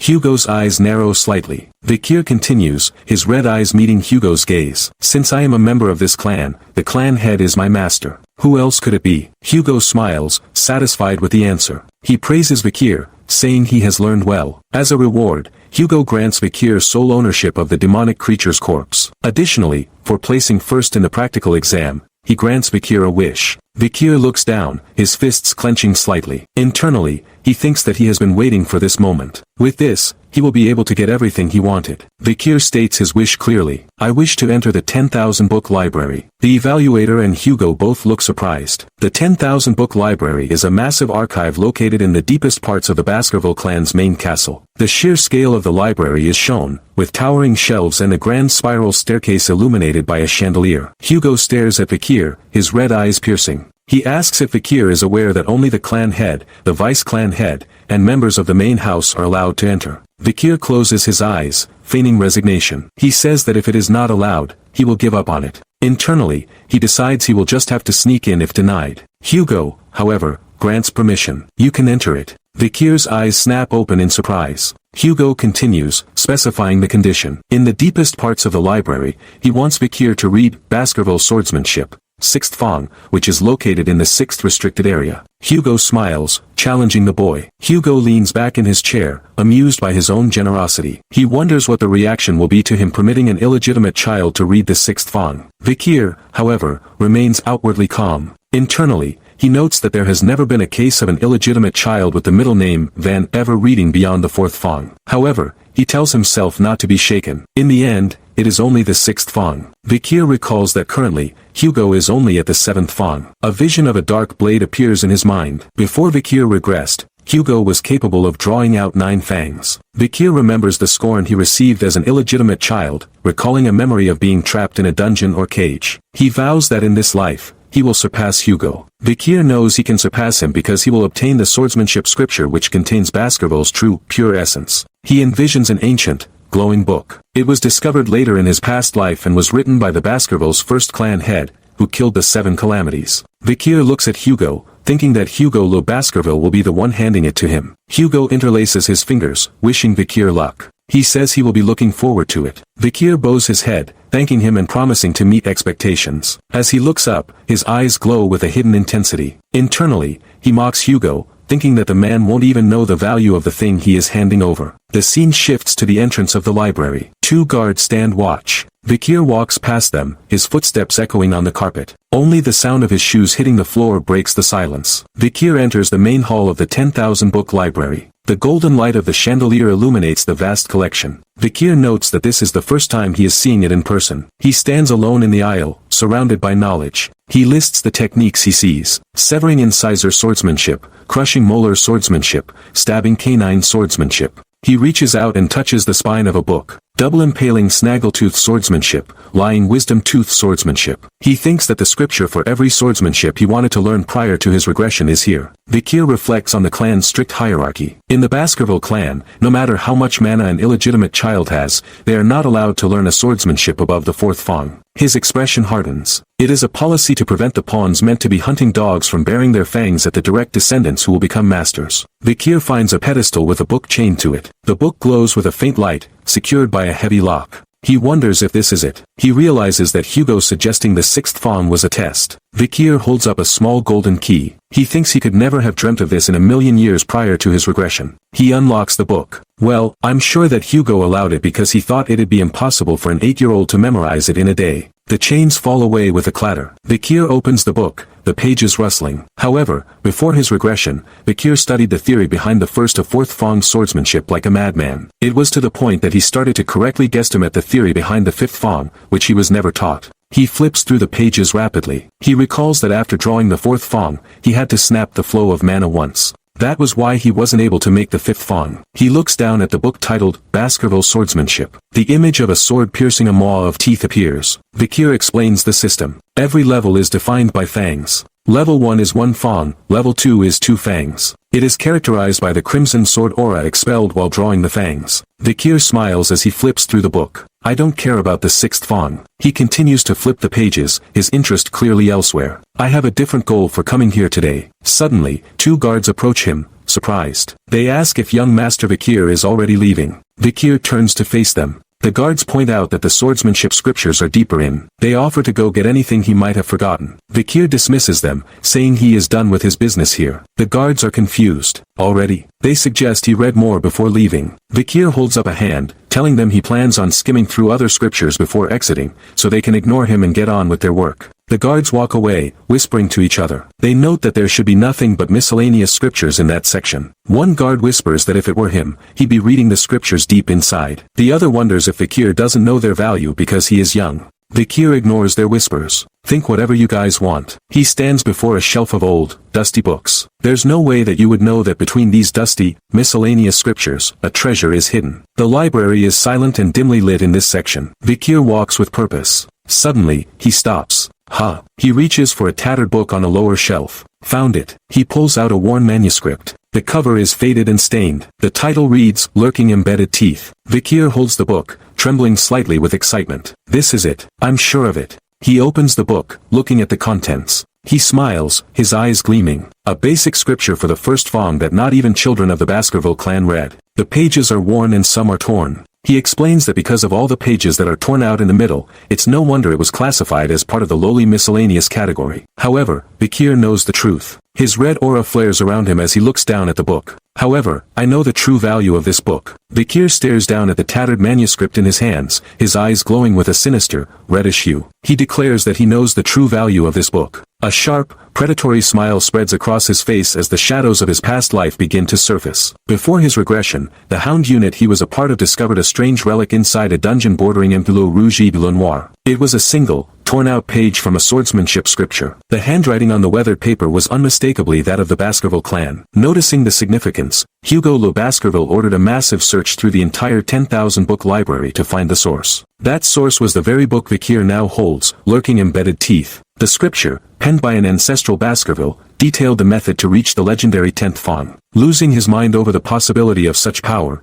Hugo unleashed the hounds. His red eyes shone in the darkness as he commanded his forces to scour the lands. Upon learning that the remaining 6 pages were hidden within the other 7 great clans, Hugo nearly declared war, setting his hounds upon anyone who dared to resist. After countless hounds were sacrificed in a brutal search, a battered Bakir is shown kneeling on a carpeted floor in the main castle. He presents the recovered pages to his master. The reward for all that blood and death was a single, cold phrase from Hugo, who stands tall and indifferent above him. Good job. Hugo's face is impassive, his red eye glowing menacingly. Bakir reflects on the stupidity of that life. Thanks to the sacrifices of his subordinates, Hugo overcame the wall of the 7th Fong and reached the 9th Fong, using their blood and corpses as mere fodder. Bakir's expression hardens in the present. That won't happen in this life. The hound that fetched those pages was him, and he remembers every word written on them. The spectral images of the lost pages float around him in the library. The reason he could never climb higher than the 4th Fong in his past life was simply because he never saw the source text. He reads the ancient parchment. The first step of the 10th Fong is similar in essence to the first Fong. The moment aggression is shown, all sword paths end up with the same limitation. Bakir realizes why most people dismiss this book. It seems filled with lofty nonsense. But when the content of the torn-out pages is placed in its rightful context,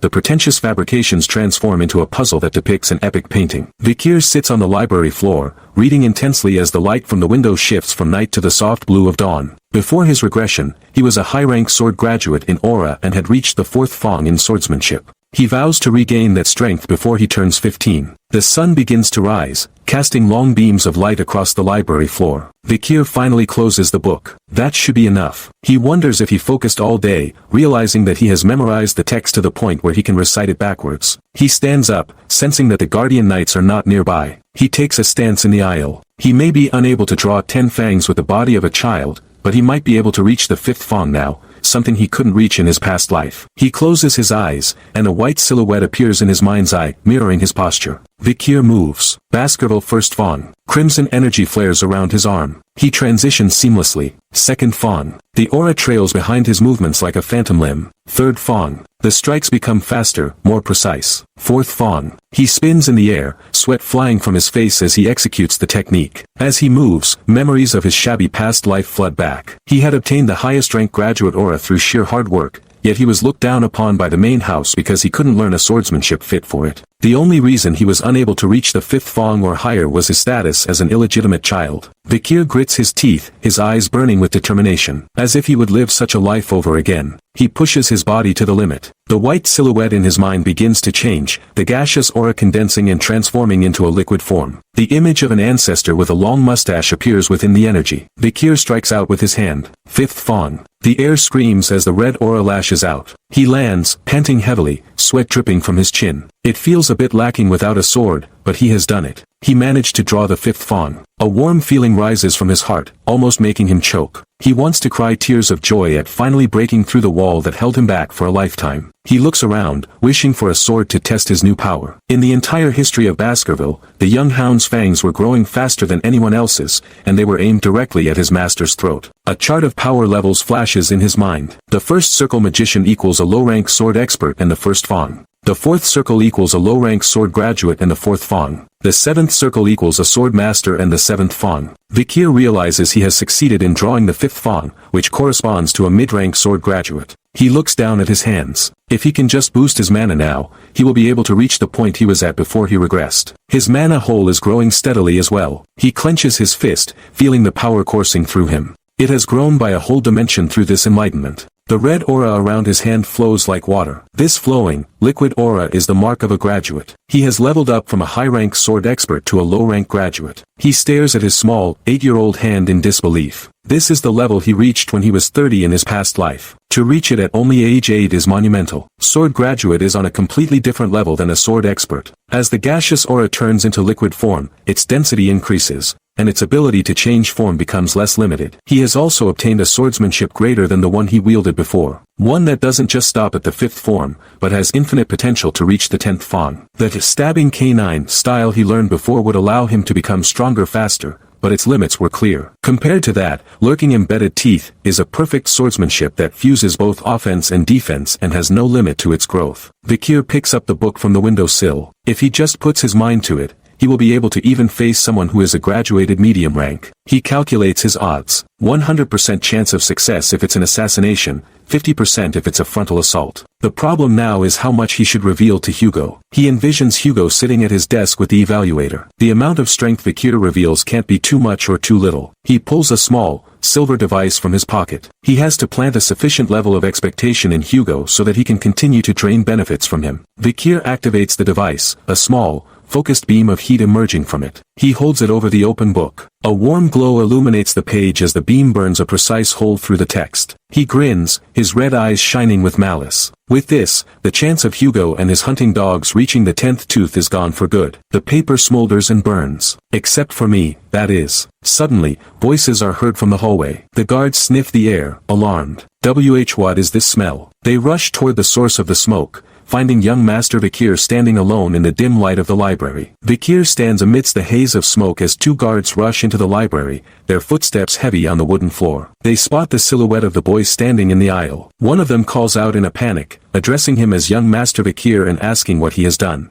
Vikir turns to them, feigning a flustered and innocent expression. He scratches the back of his head, looking down at the charred remains of the book on the windowsill. He apologizes, explaining that he ended up burning the book because he was careless with leaving a magnifying glass on it. He adds that if he needs to report the incident, he will go tell the butler himself. The guards' expressions soften immediately. They wave their hands dismissively, assuring the young master that it is nothing he should apologize for. They insist that it is their fault for not taking care of him enough. One guard notes with relief that it was just random books that got burnt. Vikir looks up at the tall guard, his eyes wide and naive. The guard confirms that the books were all miscellaneous. Vikir then asks if the knights aren't busy with the conflict with the Morg clan over the ruby mine. He suggests that they shouldn't have the leisure to pay attention to every little problem like this one. The guards exchange glances. The senior guard whispers to his partner that maybe it would be best to treat this like it never even happened. They turn back to Vikir with friendly smiles. The guard tells Vikir that if he can look past their negligence, they should keep this a secret between them. He apologizes for taking up the young master's time, acknowledging that he must be very busy. Vikir thanks them and walks away, his small frame disappearing down the rows of bookshelves. The guards watch him go, answering politely. Once he is out of earshot, they murmur amongst themselves. One remarks that young Master Vikir is a good person. The other agrees, marveling that he even thinks of his servants' perspectives. As Vikir walks away from the light and into the shadows, the innocent smile vanishes from his face. His expression transforms into a sharp,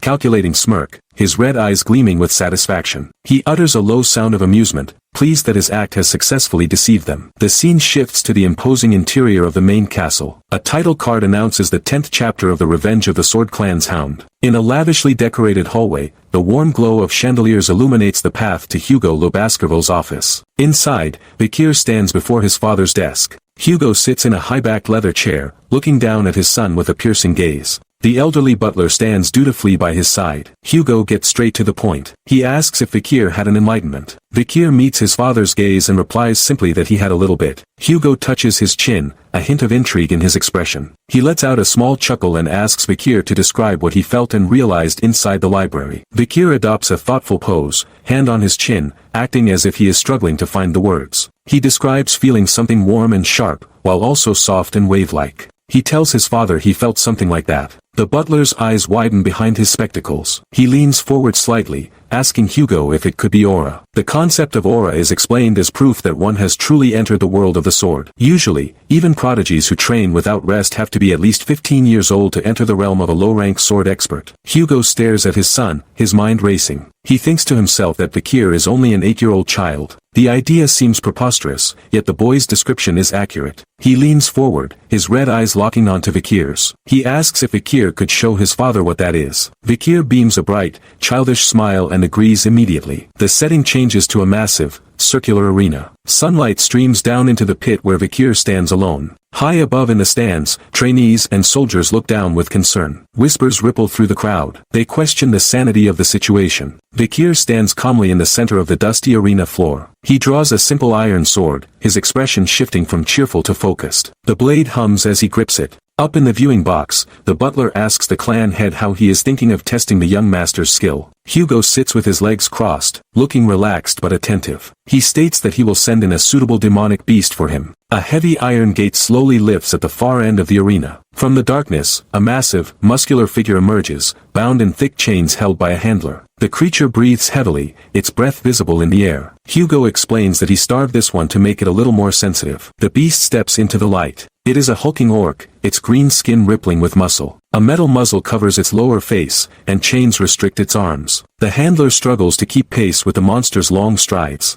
A status window identifies the creature as an orc with a danger rating of C. The crowd gasps in horror. They exclaim that it is an orc and question if it isn't too much to make an 8-year-old face off against such a beast. Someone shouts that one needs to be at least 15 to be capable of facing one. Another voice tries to reassure them, saying that if something happens, the Guardian Knights will surely step in. Down in the arena, Vikir stands motionless, his sword held low. The orc towers over him, a mountain of muscle and rage against a small child. The handler releases the chains at a signal. The heavy chains fall to the ground with a loud clatter. The orc shakes itself free, its red eyes glowing with hunger and aggression. Steam rises from its body as it flexes its massive frame. It lets out a deafening roar that shakes the arena. Without hesitation, the orc charges. The ground trembles under its weight. Vikir watches the approach with cold, analytical eyes. The orc raises a fist the size of Vikir's head and brings it down in a crushing blow. Vikir moves. He doesn't panic or retreat. Instead, he steps into the attack, dodging the massive fist by a hair's breadth. Dust explodes where the orc's hand strikes the ground. Vikir spins, his movement fluid and precise. He is not just dodging, he is positioning himself. As the orc tries to recover, Vikir slashes out with his sword. The blade cuts across the orc's thick thigh. The spectators watch with bated breath, their eyes wide with disbelief. The orc roars in confusion and pain. It stumbles back, blood spraying from the wound on its leg. Vikir presses the advantage. He darts in again, his sword flashing in the sunlight. He strikes the orc's ankles and shins, moving too fast for the lumbering beast to catch. The orc falls to its knees, unable to support its own weight. Blood pools around it on the sandy floor. It screams in agony, a sound that echoes off the arena walls. Vikir stands before the kneeling beast, his sword dripping with blood. He analyzes the situation coldly. He wonders if the creature is shocked to feel itself bleed for the first time. He notes that the unique skill of the orc, rapid regeneration, has not activated. Vikir knows why. There is no way a C-rank demonic beast could stop the bleeding caused by a B+ rank weapon like the Hellhound. A system window confirms the effect. Slot 2, hemorrhage. Up on the balcony, the spectators are stunned into silence. They whisper among themselves, asking if that is really an 8-year-old. They wonder how he moved like that and if it is even possible to do so without using mana. Hugo watches silently, his fingers steepled in front of his face. His expression is unreadable. Vikir glances up at the viewing box. He can practically hear his father's thoughts. Hugo is thinking that Vikir still hasn't shown him what he unlocked in the library. Vikir decides to oblige. He grips his sword tighter. He thinks to himself that he will show it to him, just as he wishes. Hugo's eyes narrow. He senses the shift in the atmosphere. The butler gasps, his eyes widening in shock. He stammers, recognizing the phenomenon. Vikir's body begins to glow with a faint red light. He channels his energy into the sword. Crimson aura erupts from the blade, coating it in a jagged, oscillating layer of power. The butler exclaims that it is Aura Blade. Vikir's eyes burn with the same intense red light as his aura. He raises the sword, the energy crackling and humming with destructive potential. The sword now looks like a massive,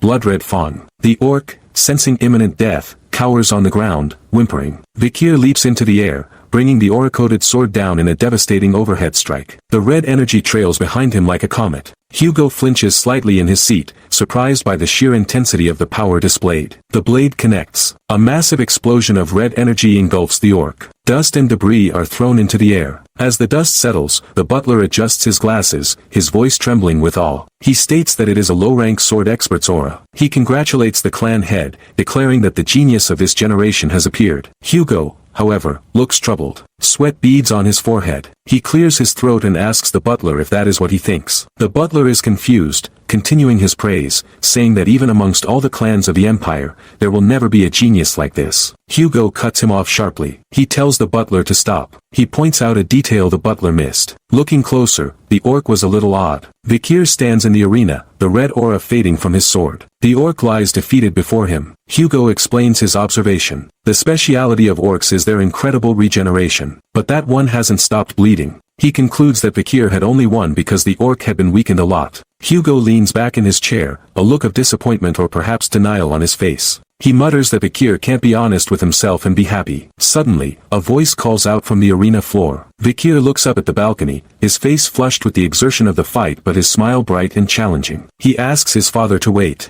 Hugo and the butler look down, surprised. Vikir stands amidst the carnage, looking like a small child again, but his words are anything but childish. With a cheerful, innocent smile, he asks if there is anything stronger than the orc. The spectators and Hugo are left stunned by the boy's audacity. A final info card displays the details of the orc, emphasizing its strength and danger, confirming that what Vikir just defeated was no trivial opponent.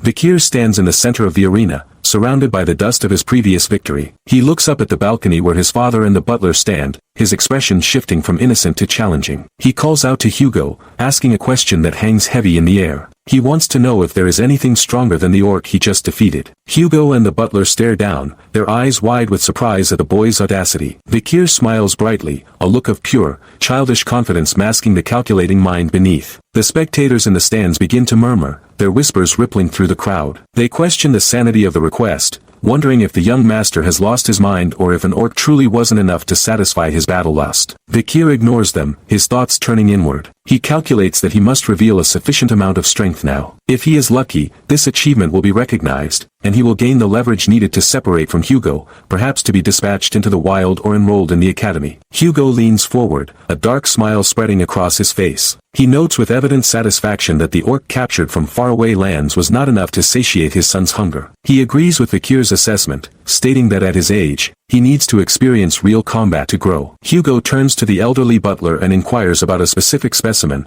one captured from the barbarian subjugation for experiments. The butler hesitates, sweat forming on his brow, but confirms that there is exactly one left. He warns the clan head that the creature is likely very sensitive, as it hasn't been fed in some time. In the darkness of the arena gate, a massive, hulking silhouette appears, its eyes glowing with a feral red light. Hugo orders it to be brought out. The crowd recoils in horror as the identity of the beast becomes clear. Screams of, "It's a troll," echo through the hall. Vikir stares at the monster, his red eyes widening slightly as he assesses the threat. The troll is a mountain of gray muscle and rock-like skin, bound in heavy chains that rattle as it breathes. It growls, a deep, guttural sound that vibrates in the chest of everyone present. Vikir remains calm, politely asking his father if he may start right away. Hugo grants permission. The handlers release the mechanisms, and the heavy chains fall to the ground with a crash. The troll is free. It shakes off the last of its restraints and roars, its hunger driving it into a frenzy. Without hesitation, it charges at the small boy standing in the center of the ring. Vikir stands motionless until the last possible second. The troll brings a massive fist down, shattering the stone floor where Vikir stood just a moment before. Vikir is already moving.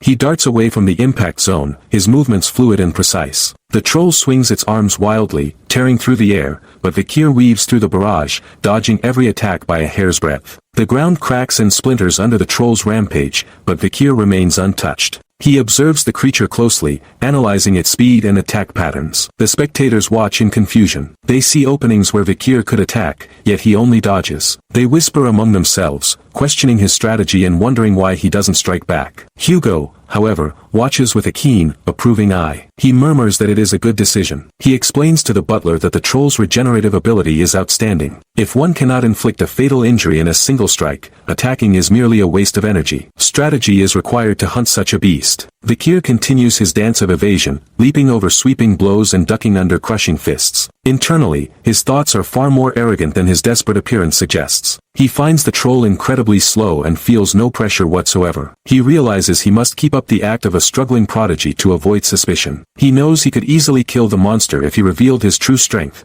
perhaps by using Beelzebub's hemorrhage ability to negate its regeneration, but that would be meaningless for his current goal. He needs to kill it using the sword, as naturally as possible. He decides to use the troll's own strength against it. As the troll charges again, Vikir's eyes flash with intensity. He steps into the monster's guard, his sword slashing out in a blur. The blade bites into the troll's thick ankle, blood sprays into the air, and the massive creature stumbles, crashing down to one knee. The crowd gasps, seeing the damage, but their optimism is dampened by the knowledge of the troll's regeneration. They fear it will recover instantly. Vikir backs away, observing the wound. He confirms his hypothesis. It is impossible to cut through the troll's thick hide deep enough to kill it using only the first fong of the Baskerville swordsmanship. Hugo leans over the railing, his voice projecting over the arena. He tells Vikir to stop, warning that it could be dangerous to continue now that the beast is injured and enraged. Vikir, feigning exhaustion, interrupts his father. He pants heavily, claiming he has nearly got it. He looks up with a determined expression,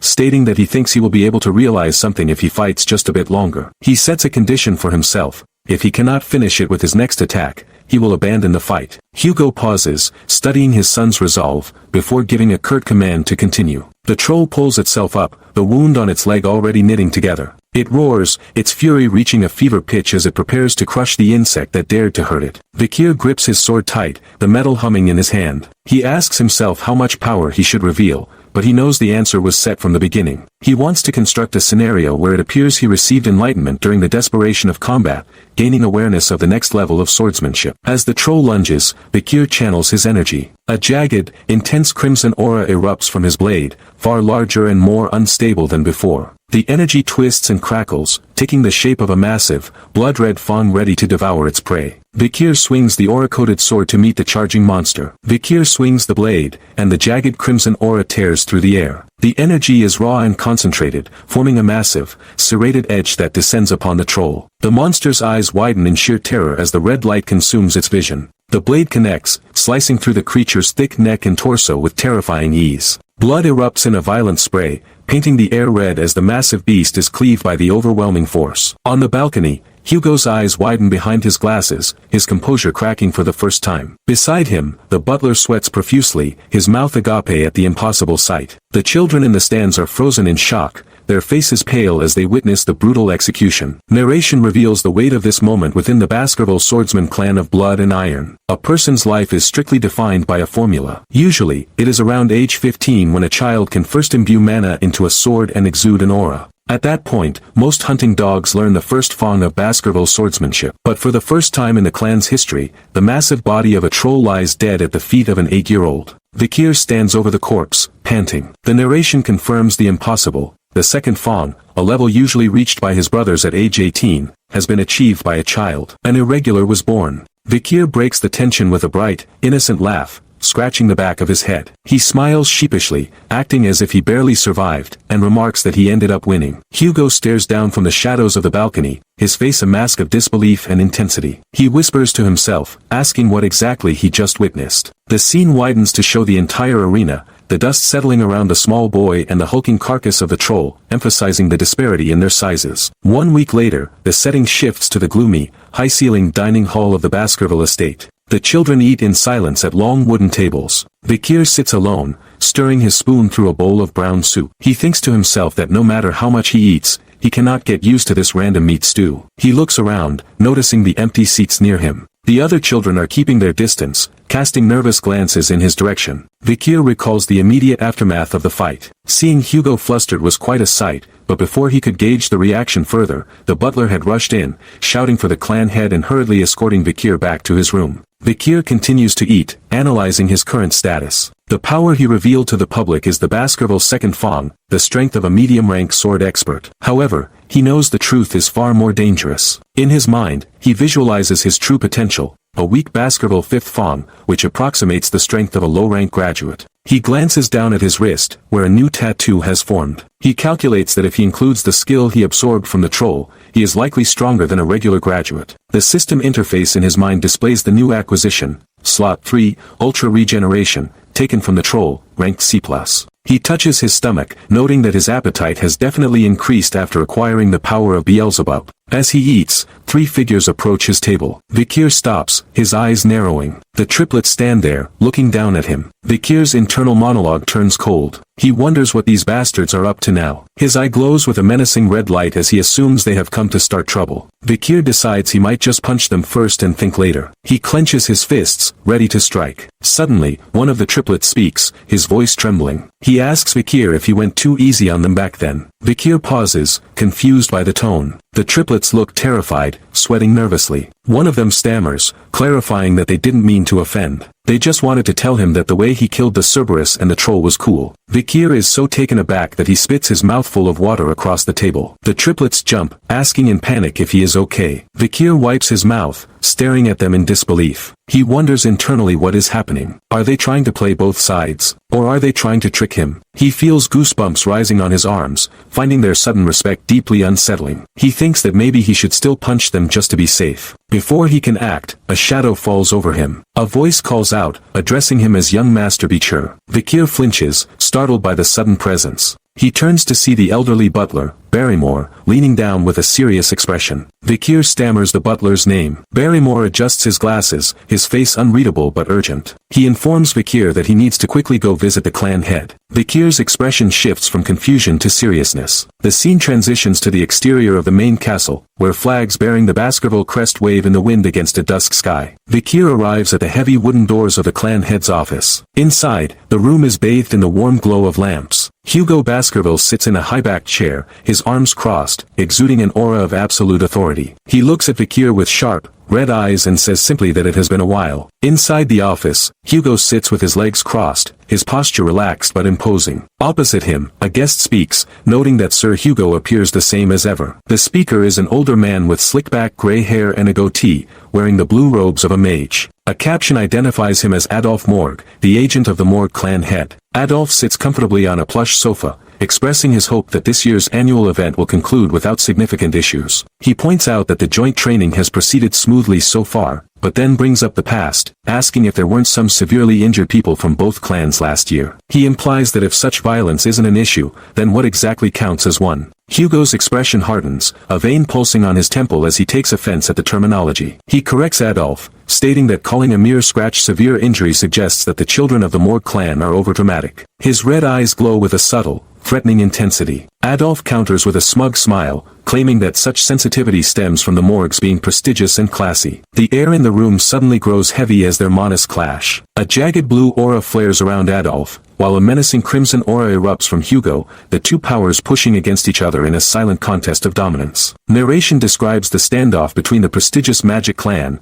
the Morgue, and the swordsman clan of blood and iron, the Baskerville. These two forces did not always clash. History recalls the words of the Emperor 2 generations prior, who declared that magic and swords are complementary existences. Based on this decree, the Baskerville and Morgue clans initiated joint training exercises. Imagery shows a staff and sword crossing over a magical crest, symbolizing the union. The event was restricted to children between ages 8 and 15, and initially, the annual gathering began with a positive atmosphere. However, a conflict eventually emerged. Deep in the territory between the two estates, a dispute arose over the ownership of a ruby mine. Piles of gleaming red gems are shown, representing the wealth at stake. This dispute skewed the relationship between the two clan heads. Yet, bound by the Emperor's orders, the joint training had to continue. Consequently, the Morgue clan head ceased visiting personally, sending his younger brother, Adolphe, as his agent instead. Back in the present, Adolphe shifts the topic. He mentions hearing rumors that a rising star has appeared among the Baskervilles. He acknowledges that a genius appearing once in 100 years within the Baskerville clan is a great fortune to the empire. Hugo closes his eyes, a faint, almost imperceptible smile touching his lips. He replies with feigned modesty, saying it is not something that needs to be touted so highly, though his demeanor betrays a sense of pride. Adolphe observes this reaction with internal shock. He thinks to himself that it is incredibly unusual for that lizard-like bastard to actually react to compliments regarding his child. He watches Hugo closely, sweat forming on his brow as he processes this uncharacteristic display of emotion. Recovering his composure, Adolphe remarks that they can call this a double fortune. He reveals that a genius has also appeared within the Morgue clan. Hugo listens silently as Adolphe prepares to introduce the child. Adolphe turns his head, calling out to the child named Camus to come in and give her greetings. The heavy wooden doors open, and a figure steps into the light. A young girl with long red hair stands in the doorway. She wears a neat uniform with a dark tie. She walks forward with steady, confident steps, her leather boots clicking against the floor as she approaches the seating area. Hugo's eyes narrow as he watches the girl approach, his gaze sharp and analytical. He maintains his crossed-arm posture, observing every movement she makes. Adolphe introduces her as the daughter of his elder sister, the clan head Raspain. The girl, Camus, has striking red eyes that match her hair. She stands beside her uncle, who places a hand on her shoulder, reiterating her name. Adolphe prompts Camus, suggesting she should greet the clan head. Camus stares at Hugo with a blank, unreadable expression, her large red eyes locking onto his. Suddenly, Camus speaks, her voice blunt and accusatory. She asks Hugo if he is the thief who stole away their ruby mine. Her expression shifts into a glare of childish fury as she demands that he return the ruby mine to them immediately. Hugo sits frozen, his eyes wide with disbelief at the girl's audacity. He stares down at the small child who dares to make demands of the iron-blooded sword master, the tension in the room spiking once again. Hugo Baskerville remains seated, his arms crossed and his expression unreadable, though the air around him grows heavy with silent pressure. He stares at his own hand, contemplating the insult just hurled at him by a mere child. His gaze lifts, focusing intently on the older mage sitting opposite him. The word hangs in the air, repeated with a low, dangerous intonation. Thief. Hugo's single visible eye glows with a crimson light, the scar over his other eye accentuating his menacing visage. The pressure in the room spikes, causing Adolphe Morgue to recoil in sheer panic. Adolphe stammers, sweat pouring down his face as he yells at his niece, demanding to know what she is suddenly saying. Camus, however, remains oblivious to the danger, her expression innocent and matter-of-fact. She points out that Adolphe was the one who said it. She quotes him directly, claiming he called the clan head a pathetic bearded man who stole their ruby mine like a thief. Adolphe's face drains of color. He frantically denies the accusation, asking when he ever said such a thing. Camus, with the brutal honesty of a child, provides the exact timestamp. She states he said it in the carriage about an hour and 42 minutes before they got off. The silence that follows is suffocating. Hugo turns his head slightly, his dark hair shadowing his face, leaving only the glowing red iris visible. He repeats the specific insult about his beard being pathetic and him being a thief, his voice dropping to a terrifying growl. Adolphe clutches his forehead, desperation in his voice as he claims it is a misunderstanding, asking what a day-old pup would know. Hugo cuts him off instantly. He declares that there is no need for excuses regarding the Morgue clan's education policies. Camus, undeterred by the lethal atmosphere, continues her demand. She slams her hand down, shouting for the return of her rubies, complaining that her research is stalled due to the lack of materials. Adolphe tries to hush her, calling her name in a panic. Hugo stands abruptly, his massive frame casting a shadow over the guests. Crimson energy crackles around him as he questions if the Empire's Sword Saint is truly planning to oppress an 8-year-old girl. He clicks his tongue in annoyance, the aura dissipating slightly as he laments that the Morgue clan apparently fails to teach their children basic manners or to not covet what belongs to others. The heavy double doors to the office creak open, interrupting the standoff. A servant announces the arrival of young Master Bichir. A young boy walks into the room. He moves with a calm, steady gait, his hands at his sides. He wears a dark, high-collared tunic with red trim. Adolphe watches the boy enter, wondering if this child is the rumored rising star of the Baskervilles. Hugo looks toward the entrance, his expression shifting from anger to mild surprise. Bichir stops before the guests. He looks directly at the red-haired girl. He asks her bluntly what she said just now. Camus blinks, taken aback by his directness. Bichir stares at her, his thoughts racing as he processes her appearance. He asks aloud what is with her moronic face. Camus stares back, confused and offended. Bichir's mind flashes forward, overlaying the image of this small, petulant child with the figure she is destined to become. He recognizes her as the future steel-blooded empress of the Morgue clan. History will know her as the genius of all geniuses, an archmage who subjugated the monsters and barbarians of Mount Le Rouge-et-le-Noir single-handedly. Visions of her future self, wreathed in flames and standing amidst a battlefield of impaled enemies, fill Bichir's mind. She will be known for her beauty and her terrifying authority. But that is a story for the far future. Right now, Bichir reminds himself, she is just an 8-year-old youngster throwing a tantrum. Camus crosses her arms, demanding to know why the ruby mine belongs to the Baskervilles when it is clearly theirs. Bichir smiles condescendingly. He remarks that she must have worked hard traveling all the way here just to throw a fit. Camus' eyes widen in anger. Bichir continues, stating that since she is indeed throwing a tantrum, he will teach her why the mine belongs to the Morgues in a simple way that her dog's hit brain can understand. Magic flares from Bichir's hand. A swirl of cold, blue energy manifests, freezing the air. Adolf watches, stunned, realizing the boy is creating a model made of ice. Vikir shapes the mana into a detailed topographical map of the disputed territory. Vikir points to the ice structure. He explains the borders between the Morgue and Baskerville estates. He highlights the joint security area and the location of the high-quality rubies. He outlines the core problem. The mine's entrance lies on the surface within Morgue territory, but the underground deposits extend deep into Baskerville land. Because the Baskervilles cannot access the rubies from their side without the entrance, the Morgue clan argues the mine should belong to them. However, Vikir points out that the Morgues are forcefully insisting on trespassing and interfering with mining operations while rejecting offers to lease the relevant territory. Adolf strokes his beard, impressed by the boy's grasp of the situation. He notes that his niece is smart with her words, but Vikir counters immediately. He argues that while rubies are magical ingredients, the Baskervilles have no desperate need for them, nor are they foolish enough to lease out sovereign territory for mere chump change. Vikir leans in, his red eyes locking onto Camus. He asserts that the only ones upset about the lack of rubies are the Morgues. He slams his hand down onto the ice map, declaring that one side is his land, and the other is hers. Camus, frustrated and outmatched in the debate, yells that she will show him in a more certain way why the rights belong to them. She lunges forward across the ice map. Vikir's hand shoots out, catching her wrist in a vice-like grip just as her arm crosses the center line of the map. He holds her arm suspended over the representation of Baskerville territory. He asks calmly whose arm this is now. Camus struggles, but his grip is iron. Vikir smiles, a cold, predatory expression taking over his youthful face. He states that obviously, hers is now his. Camus flushes, stammering and pulling back, calling him silly and asking why she would be his. Vikir corrects her instantly. He clarifies that he never said she was his. He said her arm is his. With a swift motion,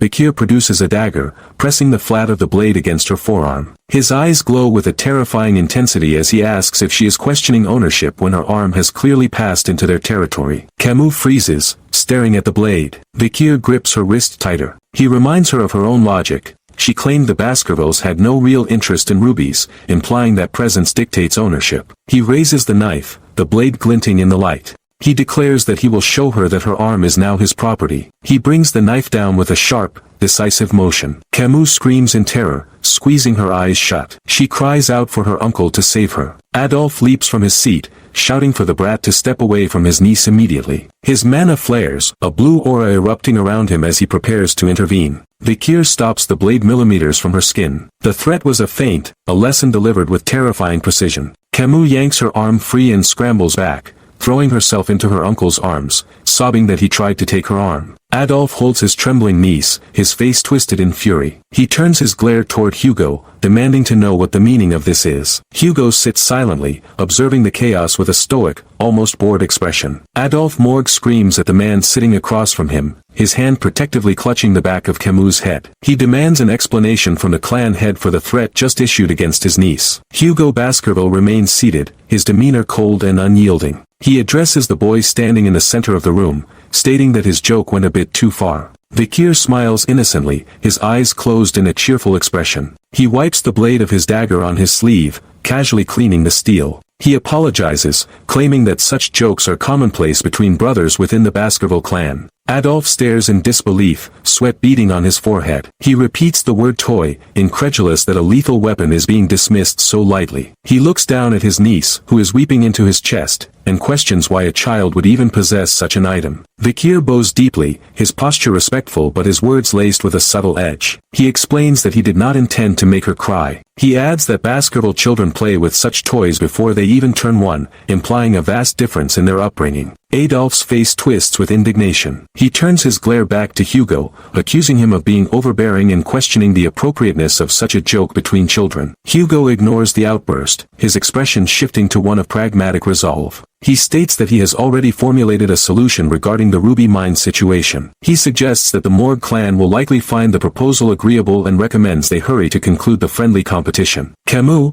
her eyes red and swimming with tears, peeks out from her uncle's embrace. She glares at Vikir with intense hatred, vowing that she will never forgive him and that he will not get away with this. Vikir responds with a gentle, almost mocking smile, his eyes closed as if savoring her frustration. The scene shifts to the bright, open grounds of the Baskerville estate. The friendly competition between the two clans has begun. Rows of spectators watch from the sidelines as children engage in various tests of skill on raised wooden platforms. The narrator explains the structure of the event. Children aged 8 to 15 gather to test their abilities. The 8-year-olds typically compete based on mana sensitivity or theoretical knowledge. On one platform, a boy wields a scythe of red energy against an opponent using ice magic. The narration notes that the practical spars between the 15-year-olds usually draw the most attention due to the flashy nature of their combat. However, the narration continues, noting that this year is different. The crowd's gaze is drawn away from the older participants. On a separate platform, a young girl with twin tails stands ready. Crimson energy radiates from her. The text identifies her as Camus Morgue of the prestigious magician clan. Her eyes glow with an intense, magical light. Opposite her stands a boy with dark hair and red eyes, holding a simple wooden sword. The text identifies him as Vikir van Baskerville of the swordsman clan of Blood and Iron. The narration reveals that they have adopted the Morgue clan's proposal to use practical training rules for this match. Wind whips around the platform as the two prodigies face off. A large bell rings out, signaling the start of the match. Vikir stands relaxed but mentally sharp. He tells himself to be prepared, affirming that he never goes easy in a real battle. Camus immediately begins her assault. She chants in a strange, runic language, her hands glowing with power. Complex magic circles manifest around her in the air. Spectators from the Morgue clan gasp in shock, recognizing the technique. They exclaim that she is performing a quadra casting. Four distinct magic circles rotate around Camus, each glowing with a different elemental hue. She floats slightly off the ground, her hair rising with the updraft of her mana. An observer notes with awe that she is casting 4 spells simultaneously, a feat that even 15-year-olds struggle to accomplish. Adolf watches with a smug grin, stroking his chin. He remarks that such brilliance is to be expected from the genius of the Morgue clan. Hugo sits beside him, watching silently. Vikir observes the display with a critical eye. He admits internally that the magic is flashy. Camus unleashes her spell, shouting as streams of fire, lightning, and ice shoot toward her opponent. Vikir dodges with fluid movements, weaving through the barrage of elemental attacks. As he evades, he critiques her technique in his mind, thinking it would be better for her to focus on a single spell rather than splitting her focus. Camus grows frustrated as her attacks miss their mark. She grunts in annoyance. She shouts at him, calling him a worm who knows nothing about magic. She slams her hands together, casting a defensive spell. A massive wall of earth erupts from the platform floor, shielding her. Vikir rushes straight toward it. Without slowing down, Vikir delivers a powerful kick to the stone barrier. The wall shatters on impact. As debris flies, he retorts that calling him a worm is a bit excessive. He bursts through the crumbling remains of the wall, closing the distance in an instant. Camus stares in horror as her defense crumbles. She wonders if this is the power of the Baskerville clan's River Styx technique. Vikir appears right in front of her, his silhouette looming over her. Camus realizes too late that she was careless. Vikir raises his hand. Instead of a sword strike, he flicks his finger against her forehead with a sharp snap. Camus' head jerks back from the impact. She looks confused for a split second before the pain registers. The force of the flick sends her tumbling backward across the platform. She lands hard on her rear. The spectators are dumbfounded. Adolf's jaw drops as he yells about the forehead flick. Hugo watches with a faint smirk. Camus sits on the ground,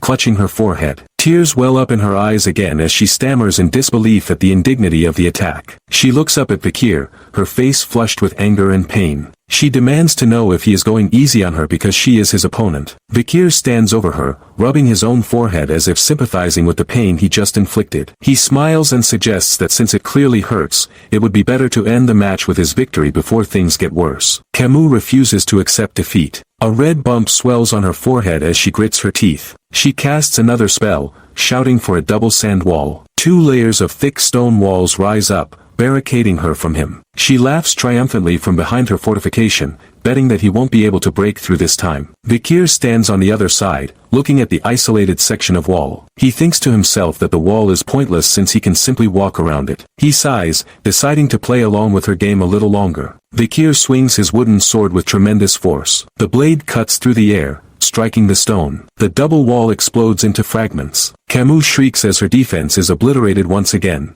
Vikir reaches through the cloud of dust. Camus looks up, terrified, as his hand descends toward her. He looms over her, his red eyes glowing in the shadow. He asks her a riddle. Who does the hand that broke the wall belong to? Camus, trembling, stammers that the answer is the stronger one. Vikir's finger snaps forward again. He flicks her squarely on the swollen bump on her forehead. Camus falls backward, screaming in agony. She lies on the ground, clutching her throbbing forehead, tears streaming down her face. She groans in pain, her spirit momentarily broken. Slowly, she sits up, one hand still covering her injury. Her expression shifts from pain to pure, unadulterated rage. She screams that she will kill him, her mana flaring violently. A torrent of fire erupts from her body, engulfing the area. Vikir stands amidst the flames, his expression calm but calculating. He realizes that hurting her only made things worse and that handling children is truly difficult. He thinks that he could kill her in the blink of an eye if he wanted to, but acknowledges that doing so would cause a massive political uproar.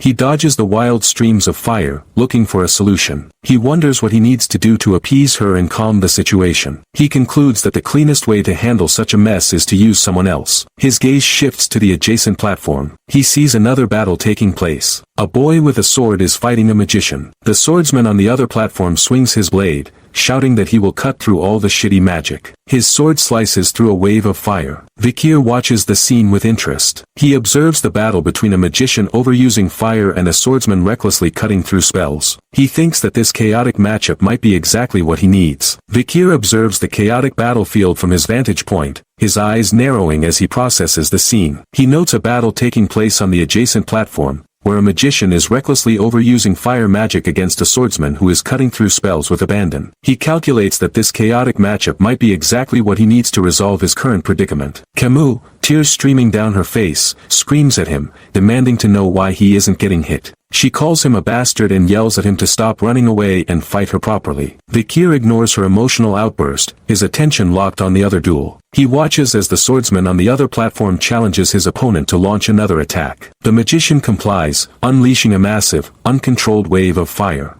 Vikir sees the opportunity he has been waiting for. As the swordsman swings his blade to cut through the fire magic, Vikir times his movement perfectly. The swordsman's strike severs the magical attack, sending a volatile burst of energy and debris careening off course. Vikir leaps away, guiding the trajectory of the deflected magic straight toward Camus' position. Camus stands frozen, her eyes wide with confusion as the wave of destruction rushes toward her. Vikir's voice cuts through the roar of the flames, warning her to prepare a protection spell immediately. The explosion slams into the platform, swallowing the young magician in a blinding inferno. Vikir lands safely on the edge of the platform, looking back at the engulfing flames. Camus screams in terror as the fire consumes her surroundings. In the spectator stands, Adolphe Morgue leaps from his seat, his face pale with horror. He screams his niece's name, panic evident in his voice. Hugo Baskerville remains seated, his expression unreadable as he watches the dust cloud rise. The platform is completely obscured by a massive explosion of magical energy and smoke. Debris scatters across the arena,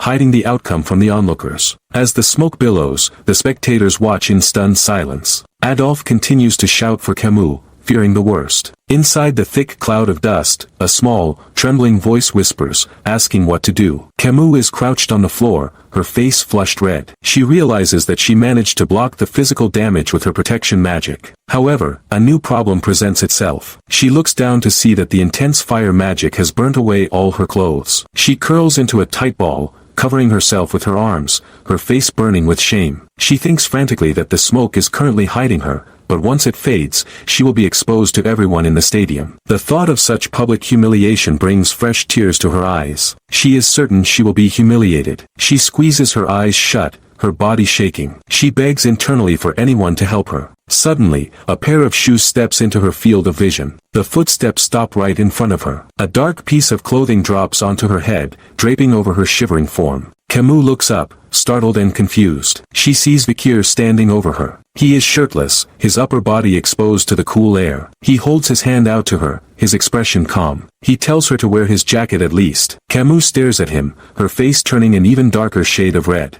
She stammers, asking why he is being nice to his enemy. Vikir bluntly replies that he will take it back if she doesn't want it. Camus tries to argue, pointing out that now he is the one who is shirtless. Vikir turns his head away, stating simply that he doesn't care about something like that. Camus clutches the jacket tightly, bewildered by his unexpected kindness. Her eyes widen as she notices a stream of red running down his arm. She points out that he is bleeding. Vikir looks down at his forearm, where a deep gash marks his skin. He thinks to himself that it is merely a scratch on a body strengthened by the river Styx. He deduces that the sword fragment from the other battle must have retained some aura to be able to pierce his skin. The smoke finally clears completely, revealing the two children to the crowd. The spectators gasp, trying to understand what happened. Adolf sighs, his body sagging with immense relief as he sees that Camus is unharmed. The other spectators murmur among themselves, unable to determine who won or lost the match. They comment on Vikir's physique, noting that he is incredibly well built for an 8-year-old, likely due to the blessing of the river Styx. Vikir stands protectively in front of Camus, who is now wrapped in his uniform jacket. Adolf rushes onto the platform and embraces his niece tightly. Camus buries her face in his chest, hiding her embarrassment from the world. The scene shifts to the interior of the Baskerville mansion, where heavy chandeliers cast a warm glow over the hallway. Hugo and Vikir walk side by side. Hugo asks Vikir how the duel against the daughter of the Morgue clan was. Vikir replies that it was enjoyable and that he was able to understand the meaning of the event once again. Hugo remarks that a duel against a magician is quite different from one against a swordsman. He then asks sharply why Vikir didn't make a proper attack during the fight. Vikir maintains a neutral expression and lies smoothly. He claims that he only hesitated a little because he had never fought against a girl before. Hugo lectures him sternly, stating that hesitation in battle leads to injury. He grabs Vikir's injured arm, inspecting the bandaged wound, and tells him to take that wound as a lesson. Vikir looks up at his father, surprised by the attention. He wonders briefly if Hugo is actually worrying for him. Internally, Vikir dismisses the thought. He reflects that he doesn't really remember what Hugo was like during his childhood. He only remembers him as a cold, strict, and brutal entity. He recalls a rumor that Hugo became this vicious after losing his first wife and eldest daughter in a bitter way. Hugo releases his arm and continues walking. He asks Vikir what he thinks they should do about the ruby mine. Vikir answers immediately that he thinks it would be better to just give the rights to the Morgue clan. Hugo stops and looks at him, asking for his reason for abandoning the right to mine. Vikir explains that the task of the Baskerville clan is to develop the wilds and widen the border. He continues, stating that the Red Fong Mountain, where the ruby veins flow, is downstream from Le Rouge et Le Noir. The demonic creatures and barbarian clans in that area are their true problem. Vikir argues that if they use the Morgue clan well, they can minimize the damage Baskerville takes for the development. He explains that once Morgue obtains the rights, they will station a considerable number of personnel at the site. Vikir concludes that this means they just need to steer the demonic creatures and barbarians toward the Morgue side of the territory. That way, they can deal with all the troublesome threats in one place using Morgue forces. Hugo smiles, a rare and sharp expression appearing on his face. He says it looks like the ruby will redden by the blood of Morgue to a new height. He praises Vikir, saying that is the correct answer and that the clan head of Morgue will regret setting foot in their territory. Hugo reaches out and pats Vikir on the head, noting that his son's strategy matched 90% of his own plan. Vikir thinks to himself that this is only natural, as it was the plan formed by Hugo himself in the first place in the previous timeline. Vikir adds that he was the one tasked with dragging the demonic beasts towards the Morgues in the past. He suggests aloud that they need to be vigilant in observing Morgue's movements. Hugo assures him not to worry about that. He reveals that the number of hunting dogs sent to infiltrate the Morgue clan has steadily increased. They arrive at a drawing room where Adolf is waiting. Vikir greets the guests silently. Adolf stands with Camus, who is now wearing a fresh set of clothes but still looks shy, hiding slightly behind her uncle. Adolf asks if they can have a conversation before they return. Adolf states that they have just one important matter to discuss. Vikir stands beside his father, listening intently. Camus peeks out from behind her uncle's cape, her face flushing as she looks at Vikir. Adolf explains that in truth, the Morgue clan has also contemplated thoroughly how to resolve the ruby mine problem as amicably as possible. He says the territory rent is just one item on the agenda. Hugo asks directly what he will gain by opening his territory. Adolf smiles and proposes a betrothal. He suggests linking the Morgue and Baskerville clans through a marriage between a boy and a girl. Camus blushes deeply at the mention of this. Vikir asks calmly which two they are thinking of linking. Adolf suggests the eldest son of Baskerville and his niece, the eldest daughter of Morgue. Adolf pats Camus on the head, boasting that while he might be speaking as her uncle, she is an incredible child. He claims that from her looks to her intelligence, she has no lacking quality. Adolf continues his glowing endorsement, his hand resting gently on the crown of Camus' head. He speaks with the pride of a doting relative, insisting that despite his bias as her uncle, the girl is truly exceptional. He lists her attributes, praising her appearance and intelligence, asserting that she lacks nothing in quality. He concludes that she would be a magnificent partner for the successor of the Baskerville clan, the one known as the Small Sun. Hugo Baskerville sits comfortably in his chair, his expression unreadable but his eyes sharp. He points out a significant numerical discrepancy in Adolphe's proposal. He states calmly that his eldest son is 25 years old this year. He contrasts this with Camus' age, noting that she is only 8. The difference in their ages is 17 years, a gap too large to be ignored. Camus clutches the collar of her uniform, her face shadowed with distress. She speaks up, her voice trembling slightly but carrying a thread of determination. She argues that such an age gap is manageable, but she quickly adds a condition that complicates the matter. She declares that she will not marry anyone who is weaker than her mother. Hugo looks at the young girl, a faint, cynical amusement playing on his lips. He warns her that if she intends to marry someone stronger than her mother, she is destined to remain unmarried for the rest of her life. Camus flushes, her frustration bubbling over. She pulls at her collar, shouting that she hates having such a large age gap. She clarifies her demands, stating she wants someone her own age or younger. Hugo's eyes narrow slightly. He tells her coldly that this is not a buffet where she can pick and choose whatever she likes. Camus retorts with equal spirit, her small hands pressing against her chest. She shouts back that she also doesn't have a habit of eating whatever is just given to her. Her gaze drifts to the side, her cheeks burning a deep crimson as she looks at Vikir. She stammers, unable to voice her thoughts clearly. Adolphe notices the direction of her gaze. Confusion washes over him initially, followed by a sudden, dawning realization. He looks from his niece to the shirtless boy standing beside the clan head. Panic seizes him. He leans down, whispering frantically into Camus' ear. He hisses at her, calling her a fool. He explains urgently that Vikir is not a full-blooded Baskerville but an illegitimate half-son. In Adolphe's eyes, a half-breed dragon is still nothing more than a half-breed. Hugo hears the whisper. He remains seated, but a dangerous red light ignites within his eyes. The insult to his bloodline, however diluted the boy's status might be, enrages him. Hugo interrupts the whispered conversation, his voice cutting through the tension. He asks rhetorically if the thoughts of the individual involved aren't important in a betrothal. He turns his gaze to his son, asking Vikir directly what he thinks of the situation. Camus looks at Vikir, her heart pounding audibly against her ribs. Hope and embarrassment wore on her face as she waits for his response. Vikir stands motionless, his expression completely blank. He pauses for a long moment, the silence stretching thin. Finally, he delivers his answer with the cold, detached obedience of a perfect soldier. He states that he will do it if that is what his father orders. Adolphe stares at the boy, stunned by the utter lack of emotion or hesitation. He thinks it is the height of insolence for the boy to agree simply because he was ordered, as if a daughter of the direct Mord lineage were merely a mission objective. Camus, however, interprets the answer through the rose-colored lens of her infatuation. She clutches her chest, her face turning an even brighter shade of red. She reasons internally that his willingness to obey means he doesn't actively dislike her. She wonders if he is perhaps the secretly shy type. Hugo addresses Adolphe, his tone smooth but carrying an underlying edge. He explains that in the Baskerville clan, the concepts of direct and side lineage have no meaning. He asserts that sometimes the main line produces inferior children, while the sidelines produce superior ones. Adolphe strokes his beard, studying Vikir with renewed interest. He wonders if the boy is truly as talented as the head of the clan claims. He decides to verify this potential himself. He approaches Vikir, humming thoughtfully. Adolphe is a sixth circle master, an extremely strong man in the upper echelons of the prestigious and elite Mord magic clan. He is also known for being stupidly doting toward his niece. Adolphe reaches out and grabs Vikir's chin, lifting the boy's face to inspect him. He speaks condescendingly, warning the kid that just being somewhat talented is nowhere near good enough to be Camus' husband. Vikir knocks Adolphe's hand away with a sharp, dismissive motion. He meets the mage's gaze without flinching. He replies that the arranged marriage was a proposal from within the clan and not his idea. He adds a cutting remark, stating that personally, he doesn't find even the legitimate children of Baskerville good enough for Camus. Adolphe's eyes widen in surprise. He is taken aback by how sturdy the boy feels and the audacity of his words. A low chuckle escapes his lips, growing into a menacing laugh. He turns to Hugo,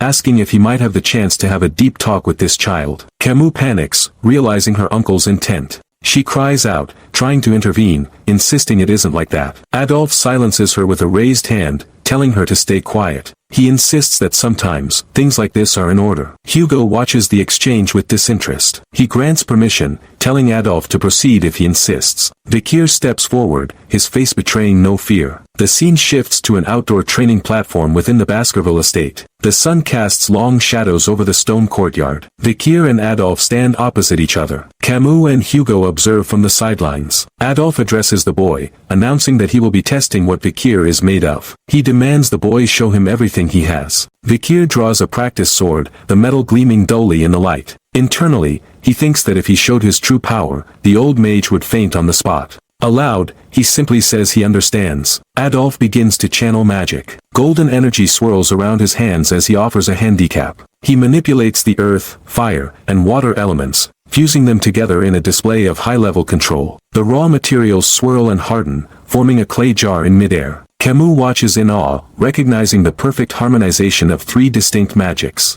Adolf fills the newly created jar with water, the liquid shimmering near the brim. He places the heavy jar onto his head, balancing it perfectly. He issues his challenge. He will duel with the jar balanced on his head. If Vikir can make him spill even a single drop, it will be the boy's victory. Vikir stares at the mage. He recognizes Adolf as a man he couldn't even dream of approaching in his previous life. This is a rare opportunity to gauge the strength of a sixth circle master up close. He realizes Hugo likely allowed the duel for this very purpose, to let his son experience true power. Adolf beckons him forward with a confident grin. Vikir grips his sword, his mind racing with calculations. He estimates his odds against Adolf if he were to use his full, pre-regression strength. An assassination ambush would yield a 50% chance of success. A head-on confrontation would offer only 10%. Vikir steps forward, his boot hitting the stone floor with a solid thud. He decides there is no need to fight with his all. He just needs to show enough to make his point. Vikir lunges forward, his boot stomping hard against the stone to propel him into a sprint that defies expectations for a child. He tells himself he only needs to display a fraction of his capability, just enough to satisfy the patriarch without revealing the monster within. He closes the distance in a heartbeat, his practice sword drawn. He announces internally that it is time to test the mettle of a great magician. He leaps, twisting to bring the blade down in a frontal assault. Camus watches from the sidelines, eyes widening in disbelief. A gasp tears from her throat as she realizes the reckless nature of his approach. She stammers, mind racing with the impossibility of a swordsman charging a high-level mage head-on. She screams internally that he cannot simply run straight into her uncle. Vikir's expression remains intense, red eyes locked on target. Adolf does not flinch. He merely raises a hand. A barrier of blue energy materializes instantly, a shimmering sphere of mana. Vikir's sword collides with the construct, the impact ringing out as the blade is repelled by the hardened air. Vikir flips backward, landing gracefully but skidding across the pavement. Adolf remains still, the heavy clay jar balanced on his head, the water within undisturbed. He turns his gaze to his niece, asking why she would betray his capabilities to an outsider. Adolf turns back to the boy, the blue shield humming. He lectures Vikir, stating that shield magic is the ultimate counter to any swordsman lacking the aura to pierce it. Vikir straightens, gripping his weapon. He assesses the barrier, noting its density. He realizes that without channeling significant aura, piercing that shield is impossible. A sound of annoyance escapes him. Adolf decides to dictate the flow of battle. He raises a hand, and the air ignites. 3 orbs of fire manifest, swirling with heat. The flames twist, taking on the semblance of screaming skulls. He asks the boy if he is ready to attack, eyes glowing with predatory light. The fire skulls shriek through the air. Hugo watches, arms crossed. Vikir weaves through the bombardment, dodging explosions that scorch the stone. Hugo notes the mage is attacking at a speed barely within the realm of evasion, calculating he won't need to intervene. Camus grips the railing, shouting at her uncle that he is going too far. She accuses him of using magic stronger than anything he uses during their sparring. Adolf sweats, shouting back to ask whose side she is on. Vikir continues to evade. He wonders if this is the extent of the mage's skill. He calculates that if he leverages his small stature and pre-regression experience, he could bait the man into a fatal error. A dark thought crosses his mind. He could kill this master right here. Vikir's eyes narrow, focusing with laser precision. He accelerates, blurring into a streak of motion. He unleashes a torrent of strikes against the barrier. His sword becomes a blur, hammering the magical wall. Adolf laughs, unbothered. He taunts that nothing will change no matter how many times he strikes. Vikir ignores him. He strikes the exact same coordinate repeatedly. The impacts stack, driving force into a singular point. Adolf's confidence wavers as he notices the unnatural precision. He realizes the boy is attacking like a calibrated machine. He admits the boy's swordsmanship is worthy of praise. However, the practice sword is made of inferior metal. Cracks spiderweb along the blade. With a sharp snap, the steel shatters, unable to withstand the recoil. Vikir lands, holding a broken hilt. Adolf shakes his head. He compares the effort to throwing eggs at a stone wall. He lectures the boy on considering weapon durability. He acknowledges the merit of stubbornness but warns that blind persistence is foolish. Camus covers her mouth, worried. Hugo watches, unreadable. Adolf grins, victory assured. He tells the boy that while he has talent, he is far too lacking to be a suitor. Suddenly, liquid trickles down Adolf's forehead. His smile freezes. He looks up, confused. The clay jar splits open. Water gushes down, soaking him. A shard of Vikir's broken blade is embedded deep within the clay, having pierced the shield at the moment of destruction. Adolf stands stunned, water dripping from his beard. He stammers, unable to comprehend how a fragment penetrated his defense. Vikir stands calmly, the broken hilt at his side. He states that he believes he has shown enough. A confident smirk plays on his lips as he asks if he needs to spill more water to prove his point. Camus blushes a deep crimson, hands flying to her face. She convinces herself it was a coincidence, but the result is undeniable. He defeated her uncle. Her mind jumps to marriage. Hugo sees the truth. He stares at his son, eyes narrowing. He knows it was no accident that the shard flew at the perfect trajectory. He recognizes the calculation behind the shattered blade. He thinks to himself that Vikir van Baskerville is a far more cunning hound than he ever imagined.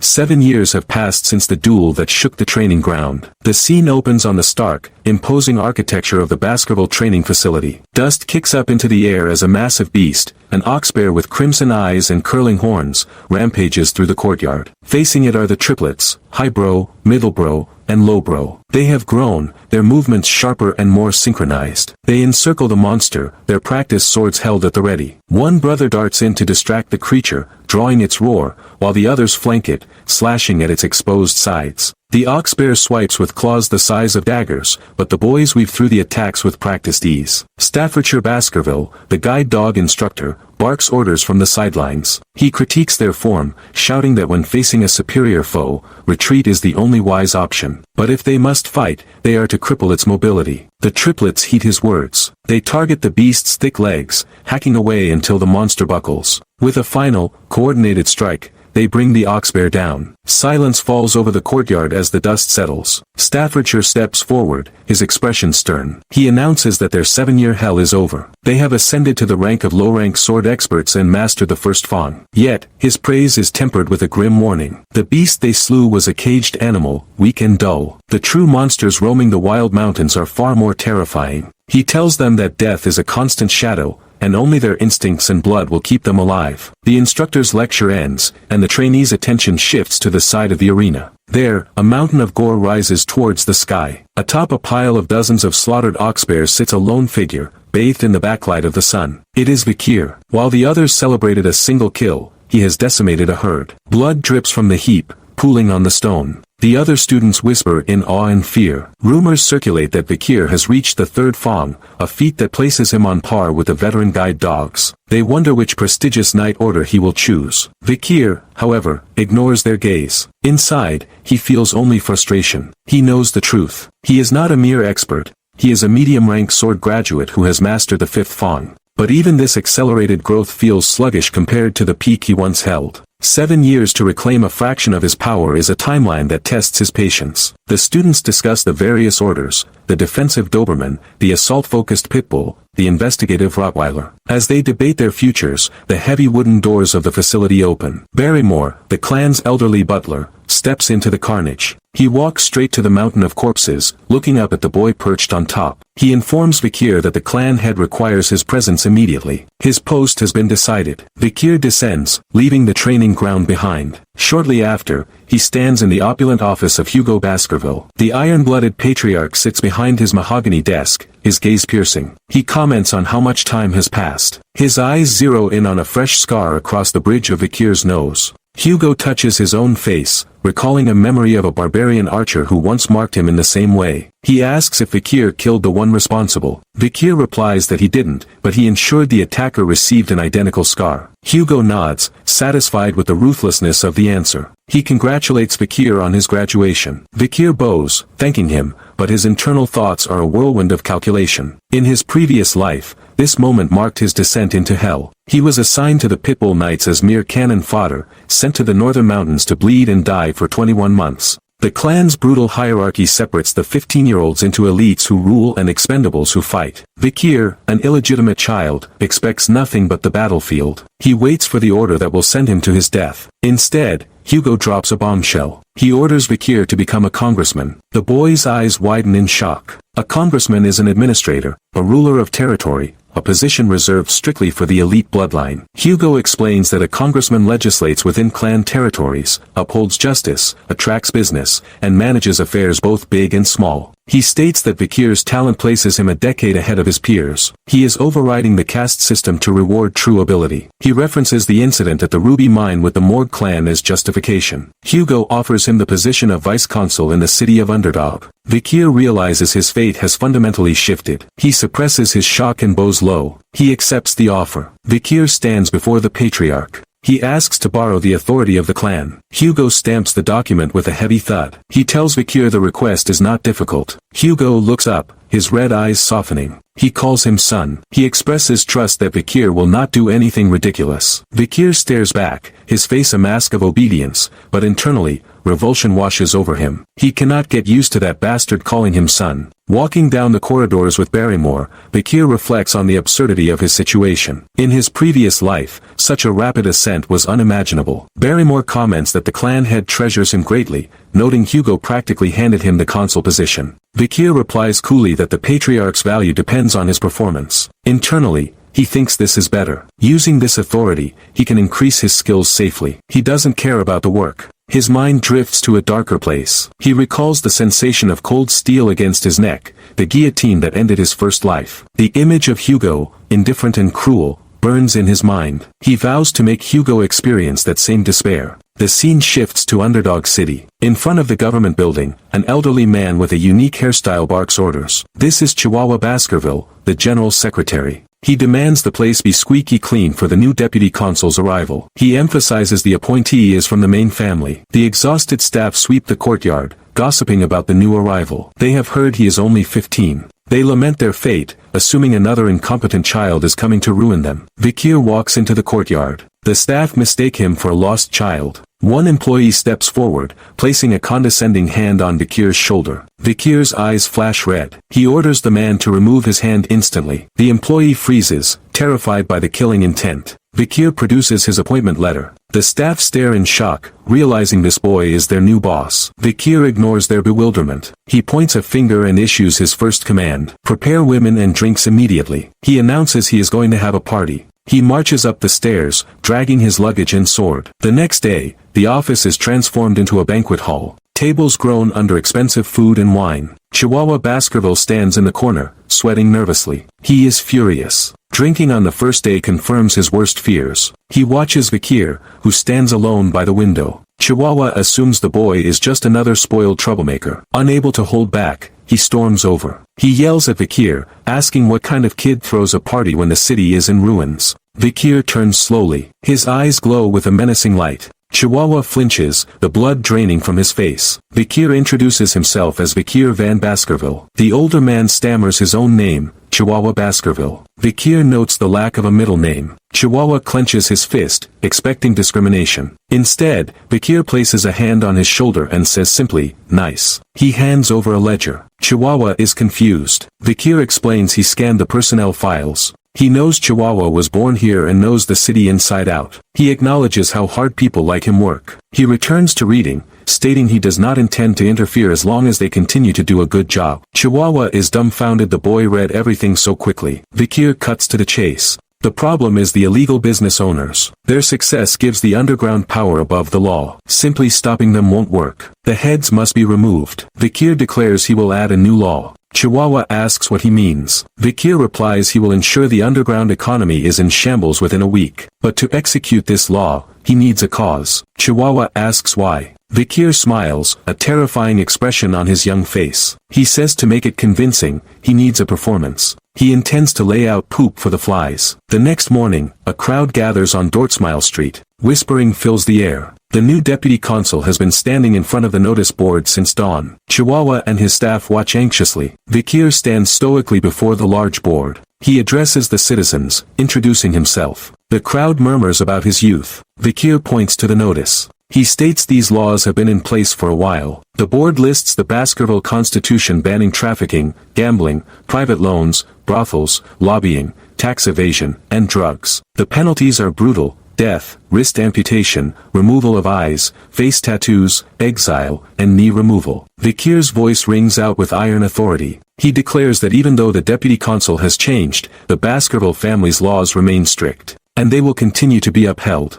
The notice board stands as a grim monument to the Baskerville family's absolute authority. The text is unforgiving, listing crimes and their corresponding retributions with brutal clarity. Human trafficking is punishable by death. Illegal gambling costs a wrist. Private loans take an eye. Brothels earn a face tattoo. Lobbying results in exile. Tax evasion claims kneecaps. Illegal entry ends in a water burial. Drugs cost a tongue. Embezzlement of military supplies is the final item on the list. The proclamation concludes with a promise that these laws will continue to be upheld. The citizens of Underdog City are unimpressed. 3 men stand before the board, scoffing at the display. They dismiss the new deputy consul's efforts, convinced that the higher-ups will do nothing as usual. They predict the new arrival will be lobbied just like the rest. From a window above, Chihuahua Baskerville overhears their insolence. He screams at them, furious that they would speak so lightly of a Maine family member. He warns them to mind their manners before their throats are cut, but inside, he is just as anxious as they are. Vikir listens to the doubt festering in the street. He decides enough is enough.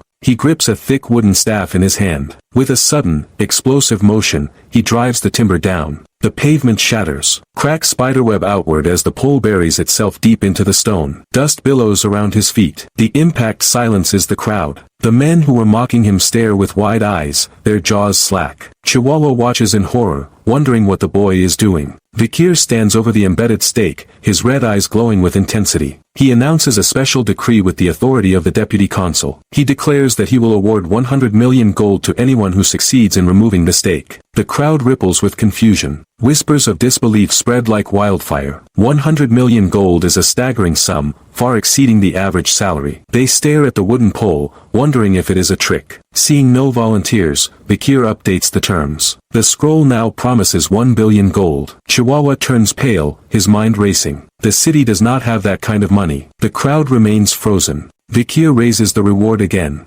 10 billion gold. The sheer magnitude of the offer turns their confusion into fear. They suspect a trap. They believe the deputy consul is mocking them, or worse, luring out the greedy to execute them on the spot. A man shouts for everyone to stop fooling around and go home. They look at the sword hanging at Vikir's waist and imagine the consequences of failure. They speculate that the stake is impossibly heavy or magically fixed in place. A small, trembling hand rises from the back of the throng. A young girl named Judy, clutching a basket of wilting red flowers, steps forward. She asks if she may try. The crowd is horrified. An old man grabs her, shouting that she is naive and will be killed for her insolence. Judy pulls away, tears in her eyes. She whispers that her mother is sick and she has no choice. She approaches the stake, terrified. She wonders if she is volunteering to be a fool, hoping only for a few coins to pay for her flowers. Vikir looks down at her. He orders her to pull it out. Judy grips the wood. She braces herself for a struggle, but as she pulls, the stake slides free with a soft pop. It was never stuck. The crowd gasps. Judy falls back, holding the wood, her face pale with terror. She looks up at Vikir, expecting execution. She mentally apologizes to her mother. Vikir reaches out. He places a hand on her head. He produces a heavy sack and hands it to her. The gold clinks heavily, a tangible promise kept. He tells her it is 100 million gold for now. He asks for her address, stating that the remaining 10 billion is too heavy to carry and will be shipped to her home with a guard. The crowd watches in stunned silence as the boy smiles. He declares that this is the law. It must always be obeyed. The citizens of Underdog City stand frozen, their eyes glued to the mountain of gold coins piled on the pavement. The narrator reflects that this singular performance became the catalyst that made the Vikir special law more renowned than the Baskerville family's centuries-old governance. The logic implanted in the minds of the populace is brutal yet simple. Obedience yields reward. Disobedience invites punishment. This clarity resonates deeply with the common people. On the bustling streets, two men walk together, discussing the shift in atmosphere. One remarks that the new deputy consul is a breed apart from the corrupt officials of the past. Rumors fly that Vikir is a man who honors his word with absolute certainty. They envision a future where principles are finally upheld. Since the declaration, the city has transformed. Unlawfulness has plummeted, and crime rates have been slashed in half. Inside the deputy consul's office, the afternoon sun bathes the room in a warm glow. A wooden plaque on the wall reads "Move the log to gain trust," a permanent reminder of the recent event. Chihuahua Baskerville slumps over his desk, wiping beads of cold sweat from his forehead. He breathes a heavy sigh of relief. He looks up at Vikir, praising the boy's handwriting and the sheer audacity of his public display. Tears of gratitude well up in the old administrator's eyes. He confesses that in 20 years of service, he has never felt so moved. Vikir sits in his leather chair, arms crossed, explaining his philosophy. He argues that ruling citizens through wrath alone is futile if they do not trust the law itself. He needed to etch a lasting impression into their minds. Chihuahua weeps openly, pledging to follow Vikir for the rest of his days. Vikir tells him to compose himself, though his own thoughts drift elsewhere. He realizes this level of governance mirrors what Camus Morgue would have achieved years in the future. Under her iron fist, crime would drop to near zero, but her reign of terror meant she was loathed by the people. Vikir knows that winning their hearts is only the first step. The real problems are just beginning. Vikir leans forward, spreading a detailed map across the mahogany desk. His sharp gaze scans the topography as his hand hovers over specific districts. He identifies these areas as hotbeds for illegal groups and potential hideouts. He reasons that since they expended 100 billion gold to win the people's trust, they must now recover those funds. He dips a brush in ink and marks the locations with decisive black crosses. He declares their next move is to maintain these locations and confiscate the dirty money flowing through them. Chihuahua stares at the map, perplexed. He asks how Vikir could possibly know the exact locations of these criminal enterprises. Vikir taps his temple with a sly smile, claiming he surveyed the regions tirelessly. Internally, he knows the truth is far simpler. These are the regions he investigated thoroughly before his regression. Chihuahua gazes at him with reverence, thinking his new master is flawless. The door creaks open, and a nervous subordinate steps inside.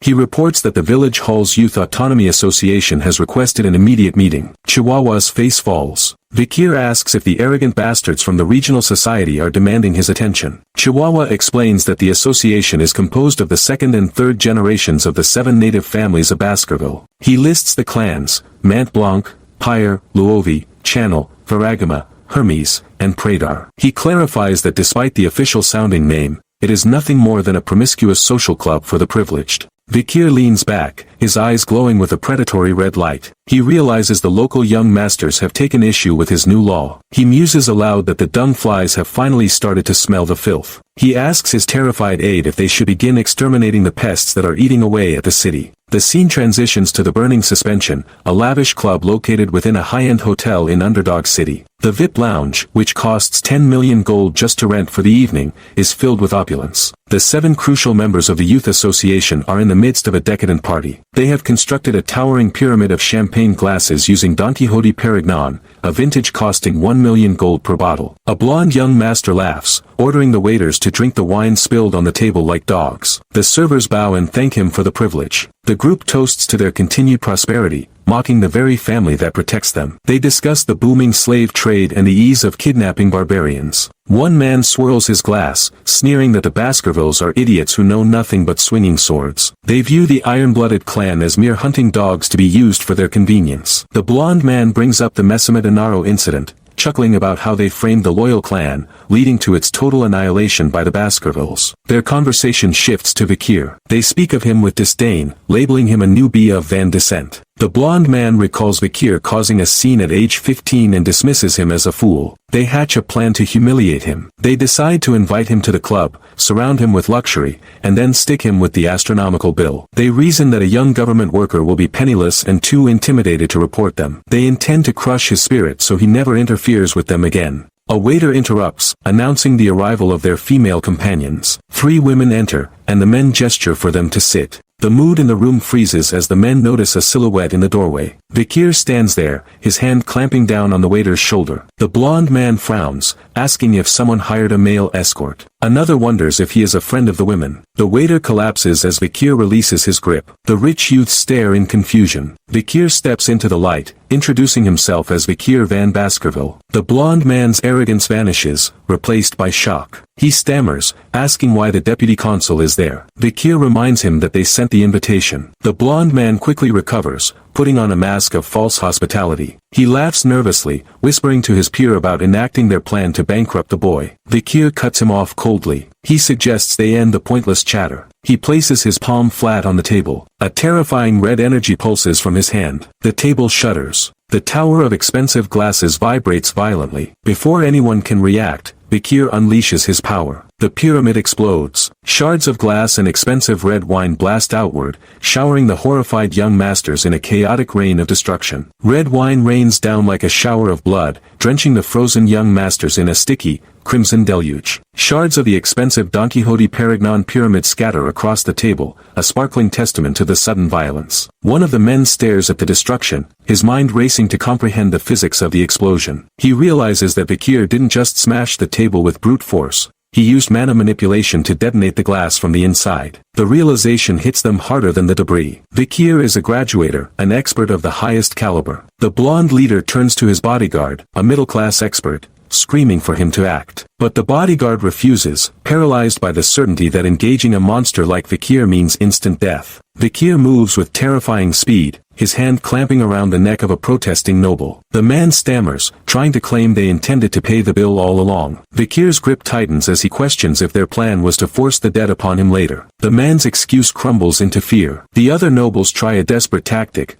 claiming this was merely a test for the new deputy consul. They sneer that an owner has the right to test their dog. Vikir's expression darkens. He retorts that a dog should never trust its owner, no matter the situation. With a sickening motion, he slams the man's face into the table. Chaos erupts in the VIP lounge. Vikir unleashes a storm of violence, asking if their money and power have blinded them to true fear. He stomps on the blonde leader's chest, crushing the air from his lungs. He asks if they know why they are being punished. The leader tries to agree, desperate to stop the pain, but Vikir silences him with another brutal kick. Vikir lists their sins: abduction, kidnapping, and illegal slave trafficking. He declares that animals do not learn until they are taught a lesson. His eyes glow with a crimson light as he prepares to educate these disobedient creatures. The scene shifts to the cold, damp dungeons of the village hall. The once arrogant members of the Youth Autonomy Association are now prisoners, stripped of their finery and locked behind iron bars. The blonde leader grips the bars, screaming that he will tell his father and kill Vikir for this humiliation. Vikir approaches the cell, accompanied by a nervous chihuahua. The old administrator asks if Vikir beat them too severely.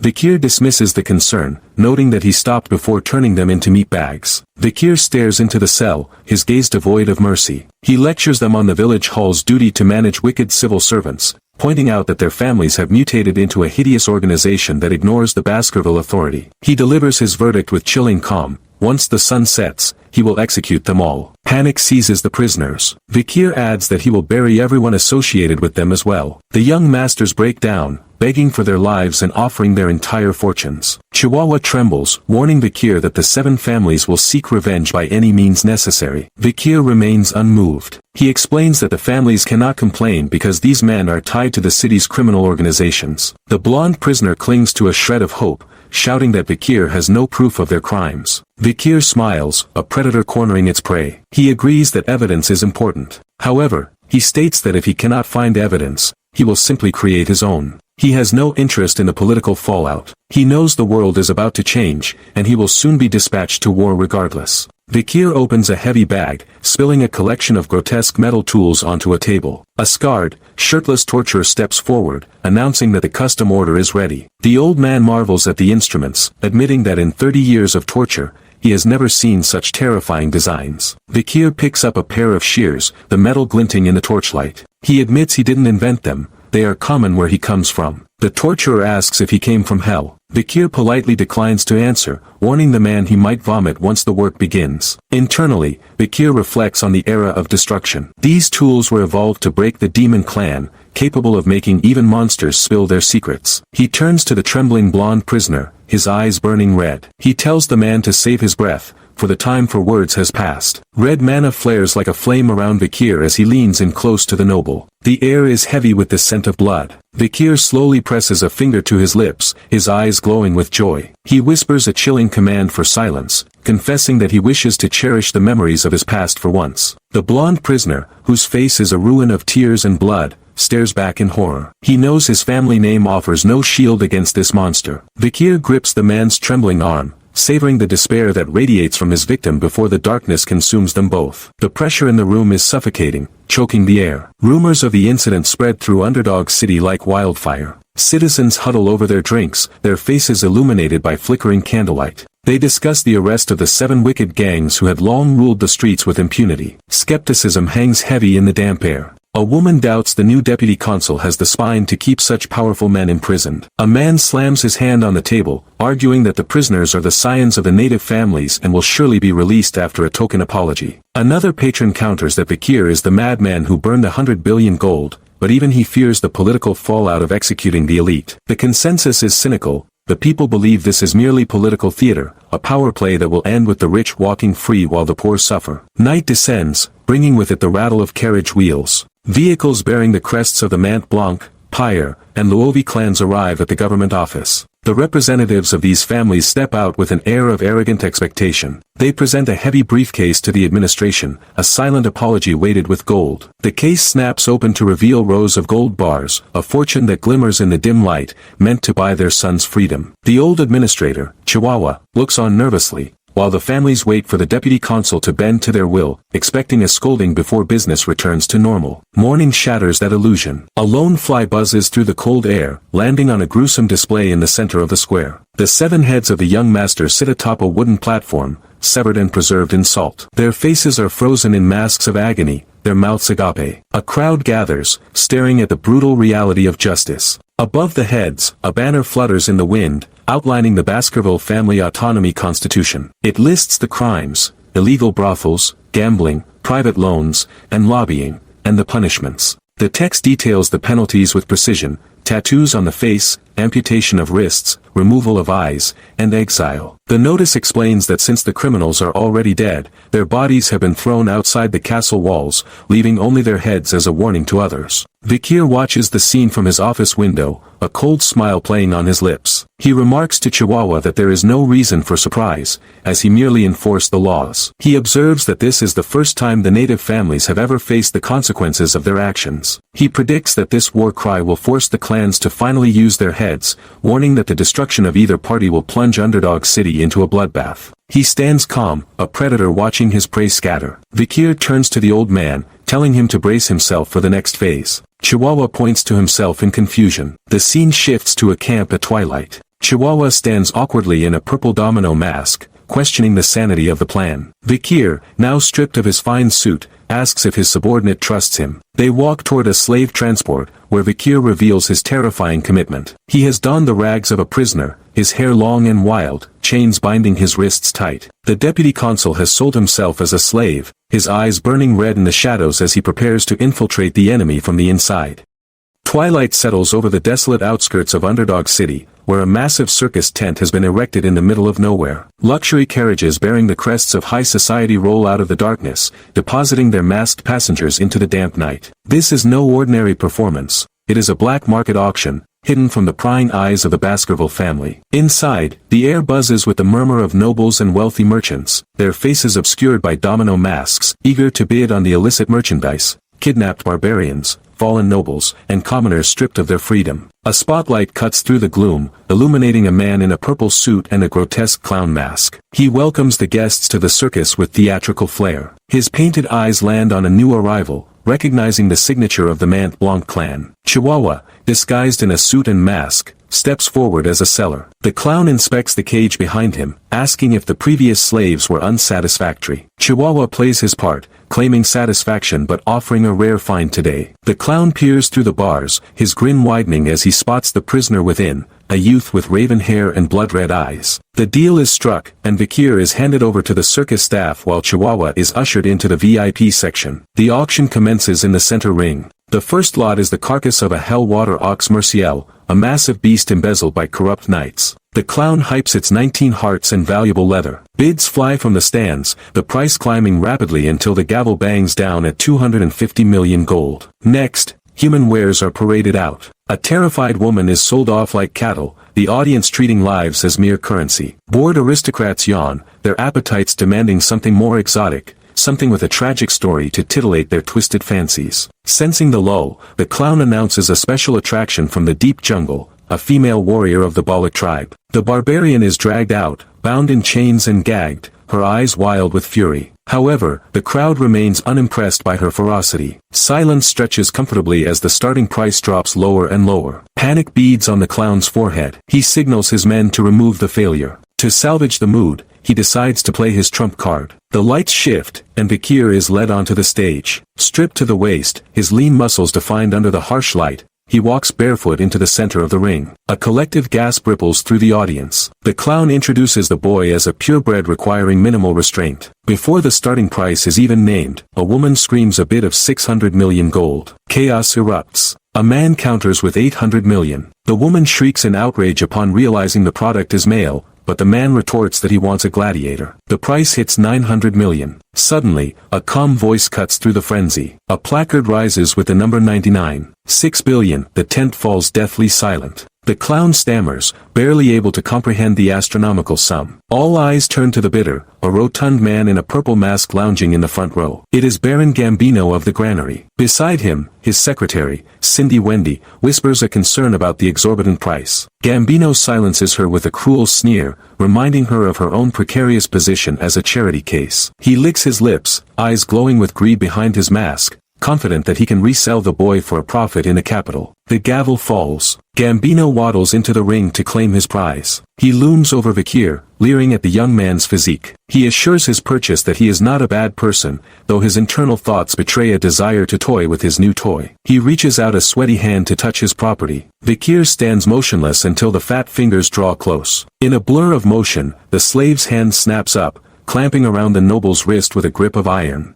Chihuahua looks at the prisoner with concern, asking if he wants the heavy handcuffs undone. Vakir replies calmly that there is no need. Muscles coil beneath his skin as he pulls his arms apart. The thick iron chains snap with a sharp metallic crack, fragments scattering across the floor like shrapnel. Cindy gasps, her eyes widening behind her glasses, while Chihuahua stares in disbelief at the display of raw strength. Vakir kicks the reinforced door of the transport vehicle. The metal buckles and flies outward, crashing into the arena dust with a heavy thud. Vakir steps into the light, his torso bare and scarred, his long dark hair flowing wildly. He lands squarely on the stomach of Baron Gambino, the corrupt noble who had arrived to buy freedom. Vakir presses his foot into the man's soft flesh, asking how he likes this new game. He proposes a topic of spear and shield, declaring himself the spear. He challenges the noble to endure the pressure if he wishes to win. Gambino's face turns purple, foam bubbling at his lips as his eyes roll back in his head. Vakir observes the fainting man and declares it his victory. Cindy stammers, calling out for security, unable to comprehend the situation. She finally stutters out his identity, recognizing him as Vakir van Baskerville. The name ripples through the gathered crowd. Masked nobles whisper furiously, questioning how a Baskerville hound and a new deputy consul could be here as a slave. Vakir ignores the commotion, looking up at the light filtering through the grate. He remarks that the name's circus is suitable for this chaotic place, his eyes glowing with a menacing crimson light. The atmosphere shifts, heavy with the intent of a predator. The clown-masked host sweats profusely, trying to salvage the show. He shouts that it does not matter if the man is a deputy consul or not, desperate to maintain order. 3 gladiators, armed with swords and daggers, rush at Vakir. They mock his lack of weapons, confident in their numbers. Vakir does not move. A jagged blade of red aura materializes from his hand, glowing with intense heat. He moves faster than the eye can follow. The 3 attackers freeze as red lines appear on their bodies. Blood sprays into the air, and they collapse simultaneously. A massive executioner wearing a black hood steps forward, swinging a heavy-weighted chain. Vakir smiles, stepping inside the attack range. The executioner's eyes widen in terror as he realizes the aura radiating from Vakir is that of a graduator, a weapon of national strength. Vakir strikes, sending the giant reeling. The clown host trembles, realizing that even their strongest fighter is outmatched. Vakir appears behind the host in a blur of motion. He presses a sharp shard against the clown's throat, using him as a hostage. The guards freeze, unsure how to proceed.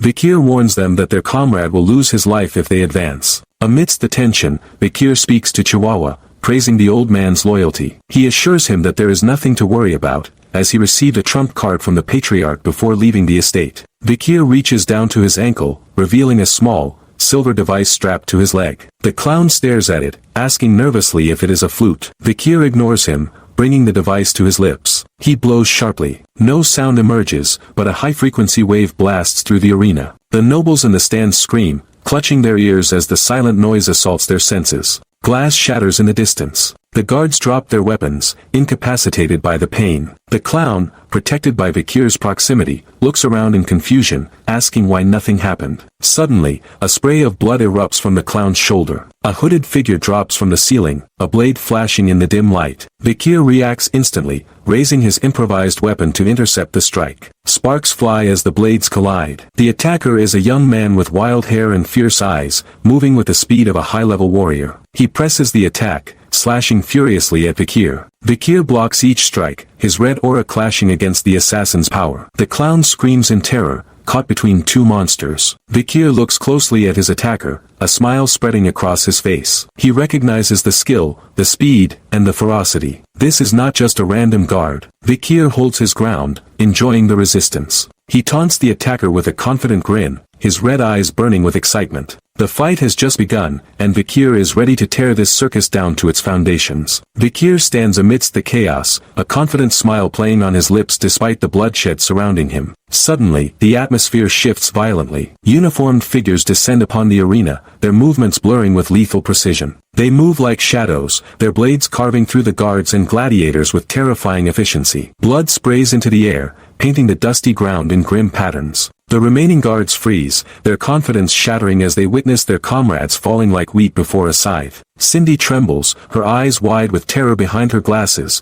while Chihuahua stands paralyzed by the sudden escalation. The newcomers wear dark, hooded cloaks, but the symbol emblazoned on their chests is unmistakable. A set of bared teeth, sharp and predatory. Cindy's breath hitches as realization dawns on her. She has heard stories of this emblem, whispers of the Empire's most brutal force. It belongs to the Annihilation Experts, a unit where every single member is a graduator. These are the Baskerville clan's Pitbull Knight Order. A knight steps forward, his presence suffocating. Cindy clutches her chest, fearing her end is imminent. The hooded warrior stops before Vikir, his red eyes glowing beneath the cowl. He commands his subordinates to spare the bare-chested boy but to slaughter anyone else who dares to twitch. To Cindy's shock, the knight drops to one knee, bowing his head in absolute reverence. He declares his obedience to Vikir. Vikir looks down at the kneeling warrior, his expression unreadable. Internally, he reflects on his father Hugo's sensitivity regarding military power, feeling a sense of relief that he has commandeered the pitbulls without resistance. He acknowledges the knight silently, accepting the role of command. Meanwhile, the slaughter continues in the background. The clown host, stripped of his bravado, crawls desperately across the floor, his mask discarded. He tries to beg, promising to wear handcuffs obediently. The knight looming over him grins cruelly, informing the wretch that they do not carry such restraints. With a swift motion, the knight's blade flashes. The clown screams in agony as his legs are severed. The knight remarks coldly that those destined for execution have no need for limbs. An imposing figure emerges from the smoke, a thick cigar clamped between his teeth. He wears sunglasses and a heavy fur-lined coat, exuding an aura of overwhelming authority. He addresses Vikir as his nephew, asking with a smirk if the boy is satisfied with the Pitbull Knight's performance. Vikir recognizes him immediately. This is Boston Terrier Le Baskerville, the commander of the order. Vikir buttons his shirt, hiding his scars, and replies that he is satisfied. Boston Terrier laughs, impressed by the ferocity and cruelty Vikir displays at the tender age of 15. He places a heavy hand on Vikir's head, ruffling his hair roughly. He invites Vikir to join the order later, promising to raise him properly into a true weapon of the clan. Vikir pushes the hand away gently, stating he will think about it. He turns his back on the commander, declaring he has urgent matters to attend to. Boston Terrier watches him leave, annoyed at being ignored yet intrigued by the boy's audacity. He thinks to himself that Vikir is burdensome, yet that very quality makes him desire the boy's potential even more. Vikir walks through the dim corridors of the facility. He passes a massive safe, ignoring the wealth within. He decides the money will go to City Hall for proper taxation, though he feels a twinge of regret knowing the clan provided the funds. His destination lies elsewhere. He stops before a cold, iron-barred cell. Inside, a figure huddles in the corner. It is a young girl with dark skin and streaks of white in her hair, her pointed ears revealing her demi-human heritage. She looks up, her eyes filled with tears and terror, expecting more pain. Vikir observes her battered state, realizing she has been tormented since her capture. He clicks his tongue in annoyance at her condition. Reaching into his pocket, he produces a vial containing a red potion. He tells her it is an act of kindness from the Night Order. He pours the liquid into her mouth. The healing magic takes effect instantly, knitting her wounds and restoring her vitality. The girl looks at her healed skin in disbelief. Vikir grabs the iron bars of her cage and rips them apart with his bare hands. The metal shrieks and bends. He looks at the stunned girl and speaks in a guttural, foreign tongue, telling her to go and run away. The girl stares at him, shock replacing her fear. She responds in the same language, asking who he is. Vikir admits he is not fluent, having only learned the basics from fighting barbarians in his past life. Broken body. He wastes no more time on her. He turns to a massive shape covered by a tarp nearby. He pulls the cover free, revealing the carcass of the hell water ox, Merciel. The beast is dead, but its body is a treasure trove of biological power. Relief washes over Vikir as he confirms the corpse is intact. Suddenly, his right arm spasms. Dark red energy pulses beneath his skin, veins bulging as if something alive struggles to break free. Beelzebub, the demonic sword fused with his flesh, hungers for the high-ranking monster. Vikir grips his wrist, suppressing the urge. He whispers to the demon, promising it a feast soon, as the sounds of the pitbull order securing the perimeter echo in the distance. As the sun rises, rumors of the raid spread through the streets. Nobles who participated in the illegal slave auction were dragged to the underdog city prison, their limbs torn from their bodies. The burning suspension club is engulfed in flames, the building consumed by an inferno that leaves nothing but ash. The pitbull knights stand silent before the blaze, their hooded figures illuminated by the fire. In the city square, a gruesome display awaits. The heads of the club's VIPs are mounted on the statue of Lady Justice, a stark warning that creates awareness of criminal acts. The 7 noble families who lost their sons send furious letters of protest to the administrative office. Vikir, now the deputy consul, responds with cold authority. He declares the death penalty for illegal slave trading and reveals that the black ledgers proving their guilt have been seized. He tears up their protests, stating the incident will be reported to the imperial family. The protests cease instantly. The patriarchs of the 7 families are forced to come to Underdog City. In an unprecedented scene, they prostrate themselves in the dirt, begging for mercy from the boy who killed their heirs. Vikir looks down at them without pity. He announces that per Baskerville law, their assets are confiscated and 3 generations of their families will be destroyed for treason. The execution grounds are soon filled with the dirty blood of the city's corrupt vermin.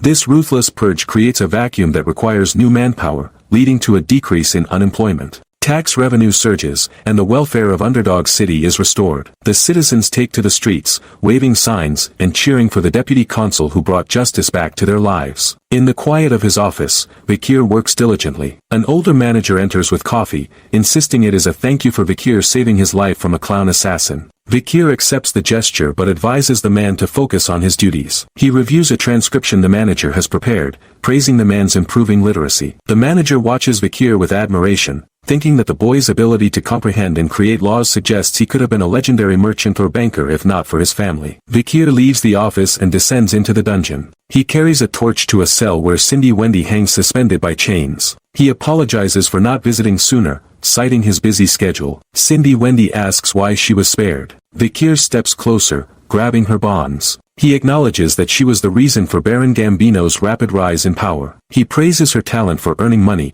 suggesting she could have been great in the legitimate world. He offers a deal, answer his questions, and she walks free. Refuse, and she will regret it immediately. Cindy Wendy agrees cautiously. Vikir sits on a wooden chair, his expression unreadable. He asks for her impression of his performance enforcing the law. She sarcastically replies that a reputable magistrate has honored the city. Vikir warns her to be serious. She clicks her tongue, admitting that she thinks he is doing well. Vikir's eyes flash red. He asks what he is doing wrong. Red aura explodes from his hand as he lunges forward, pinning her against the wall. Staring into her terrified eyes, he demands to know the reason, his voice dropping as he questions her about a time from long ago. Vikir sits calmly in the dim light of the dungeon, his red eyes piercing through the shadows as he lectures the bound prisoner. He explains that while his ruthless enforcement of the law establishes order, it creates a dangerous paradox. Eventually, the citizens will resent the strictness, and more importantly, the main Baskerville family will grow jealous of his rising power in Underdog City. To avoid becoming a target,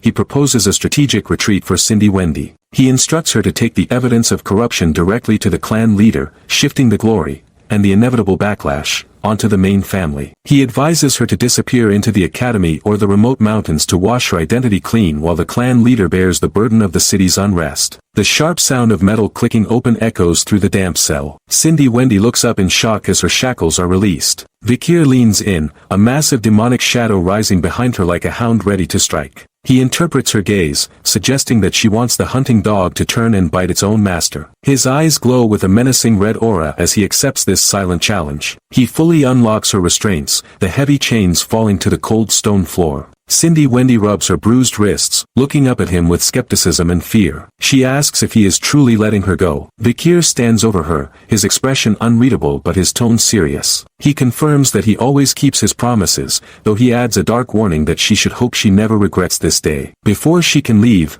Vikir asks a pointed question about the Messamedinaro clan. Cindy Wendy freezes, her eyes widening. Vikir narrates the tragic history of Underdog City's 8th founding family, a wealthy merchant clan that was wiped out in a single night. He describes a birthday celebration where the youngest son displayed sword skills he should not have known, secret techniques of the Baskerville family. The flashback shows the shadowed, horrified faces of the guests as the child swings the blade. News of this leak reached the iron-blooded Baskervilles, who responded by unleashing their hunting dogs to slaughter the entire Messamedinaro line. Vikir reveals the twist. The 7 noble heirs of the city had stolen the techniques and taught the child for their own amusement, framing the merchant clan for a crime they did not commit. Cindy Wendy trembles as Vikir recounts how those 7 nobles spared only one survivor, a 1-year-old girl, intending to use her for her beauty. She screams at him to stop, unable to bear the recounting of her trauma. Vikir ignores her plea, stating that as the new deputy consul, he ensured those 7 men were tortured and forced to confess their sins before he executed them. However,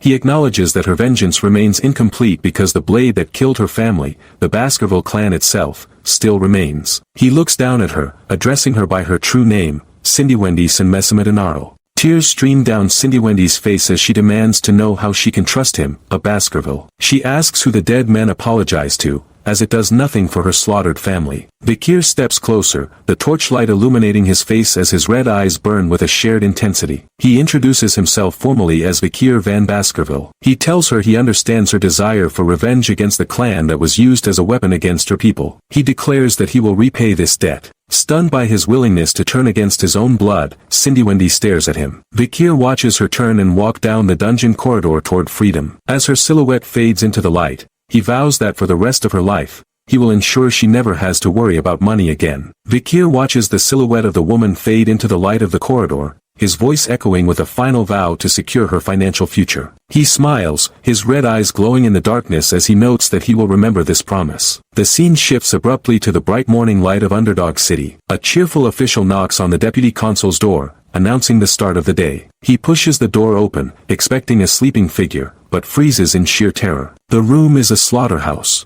Blood spatters the walls and pools on the floor, where several masked corpses lie in twisted heaps. Vikir sits up in bed, rubbing sleep from his eyes amidst the carnage. He glances casually at the bodies and jokes that he must have killed them in his sleep. The official screams, trembling, until Vikir clarifies that it was merely a jest. Later, as they walk through the city streets, the official is still shaken, questioning Vikir's childhood. Vikir ignores the concern, his mind occupied by the relentless assassination attempts he has faced recently. He lists them mentally: poison arrows, toxic drinks, acid attacks, snipers, arson, and staged accidents. It implies his presence has garnered significant attention. He touches his ear, deep in thought. Despite the annoyance, he confirms his physical resilience. He recalls the assassin in his bedroom, whose blade shattered against his skin. Thanks to the blessing of the river Styx and the hellish buffalo skill, his body is impenetrable even to graduator-class killers. However, the constant attacks are becoming a nuisance, prompting him to investigate the source. A grand carriage bearing the iron-blooded Baskerville crest rolls into view,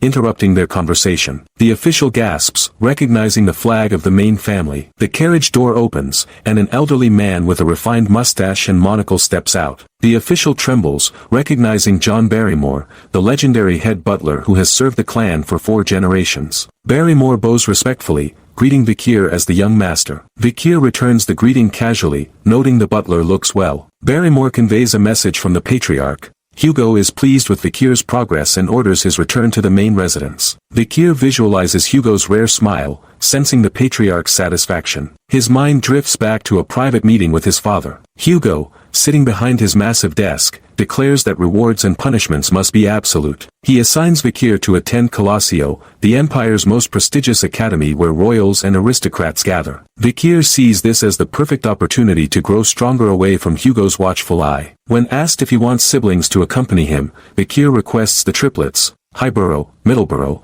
and Lowborough, intending to use them as training dummies. Hugo then brings up a plan Vikir suggested at age 8 involving the Morg family and the ruby mines. He confirms the plan succeeded in eliminating the barbarians and orders Vikir to conduct a territory inspection before heading to the academy to ensure his new laws are being upheld. Back in the present, Vikir prepares to leave Underdog City. He accepts the order to inspect the territory, ready to part ways with the weeping official, whom he mentally nicknames Secretary General Chihuahua. Vikir mounts his horse, leading a small entourage out of the city gates while the official waves a tearful goodbye, promising to handle the administrative work. The journey is quickly interrupted as shadows move within the trees. Assassins burst forth, surrounding the group. A violent impact flashes across the screen, followed by a blinding white light that fades to reveal Vikir sitting atop his brown horse. A hooded figure emerges from the shadows, prompting Vikir to apologize for the delay, explaining that he wished to ensure the departure was orderly. The man pulls back his hood, revealing a rugged face marked by a scar and a thick beard, his eyes shielded by dark sunglasses. This is Staffordshire Baskerville of the Pitbull Order. He assures the young master that they will safely transport him to the juvenile fortress controlled by the Morg family. Vikir asks after his uncle, the Count. Staffordshire replies that the man is the same as ever, though he notes that since the slave auction incident, the Count has been adamant about admitting Vikir into the Pitbull Order. Vikir remains silent, internally noting that Staffordshire makes him feel uncomfortable. The caravan moves through a desolate region where jagged mountains pierce a blood-red sky. Vikir surveys the land lent to the Morgs, observing laborers bowing in the fields as the wagons pass. He remarks that it does not appear laws are being broken here. Stopping his horse, he looks down at the cowering figures. Vikir narrates that while the envoy team was sent for inspection, the true purpose is to eliminate barbarians. He recalls intelligence stating the Morgs have formed a group of 3 delegates, 30 lower house parliament members, and 100 mages. Staffordshire comments that the Morg family seems to be taking the situation seriously. Vikir notes the contrast with the Baskervilles, who brought only a dozen knights and Staffordshire. He recalls Hugo's advice to look into the barbarians' lifestyle and decides it is a good idea. The sky darkens to a deep crimson as a fortress comes into view. The perimeter is lined with black spikes impaling human skeletons. Vikir deduces a mage created this brutal warning. The sight reminds him of a red-haired woman he once knew, and he imagines she has grown significantly. Suddenly, 3 silhouettes appear atop the fortress wall. A voice demands to know who goes there. Vikir looks up to see 3 young women with orange braids and arrogant expressions. They declare that no one passes without permission. Vikir recognizes them as the Morg's 3 flowers, High Sis, Middle Sis, and Low Sis. He knows their combined insanity is legendary. Vikir announces they are the Baskerville envoy team and demands the gates be opened. One sister dismissively tells him to wait for a report, suggesting a reply might come tomorrow. Vikir asks what right they have to stop him entering his own land. The triplets look down with mocking expressions. "Oh my, are you looking down on us because we're paying rent here?" one asks. "Don't you know about the tenant protection law?" another adds. "It's your family's law." Vikir brings a hand to his forehead, rubbing his temple. He looks annoyed. "I made changes to that law," he mutters. Staffordshire looks at Vikir, noticing his irritation. Vikir grips his reins tightly, his knuckles turning white. "So that I can chase away tenants I don't like. I'll say it for the last time," Vikir warns. The triplets' expressions falter slightly. They look at him with a mix of surprise and anger. Vikir's voice drops an octave. "Open the gates." His red eyes glow with intensity. He stares them down. His hand hovers near the hilt of his sword. The triplets regain their composure and get angry. I did hear that some psycho kid took charge of the underdog city, one yells. They glare at him furiously. But we've dealt with enough psycho kids to know how to deal with you. One of the girls grits her teeth. Cook, she grunts, channeling mana. Blue energy gathers in her hand. She unleashes a spell. A torrent of ice and water shoots down from the wall. The magic spirals towards Vikir. It crashes down with immense force. The impact kicks up dust and debris. The girl screams as she pours more power into the attack. The ice shards fly everywhere, but the attack is cut apart in midair. Vikir sits unharmed on his horse, the magic dissipated around him. He hasn't moved an inch. The last of the ice shatters into harmless mist. The triplets stare in shock.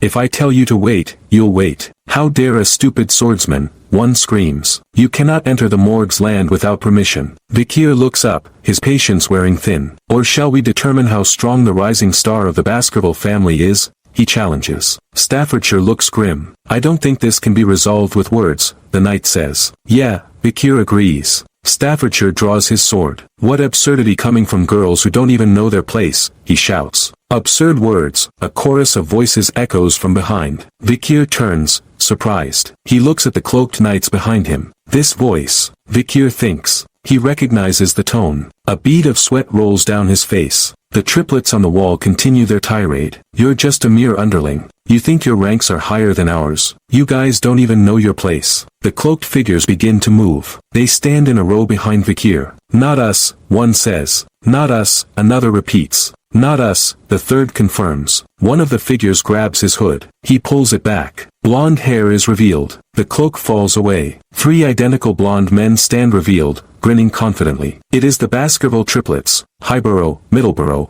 and Lowborough. They point their thumbs at themselves. They are dressed in matching Baskerville uniforms. He's the symbol of Baskerville. They shout in unison. They pose dramatically. One winks, leave.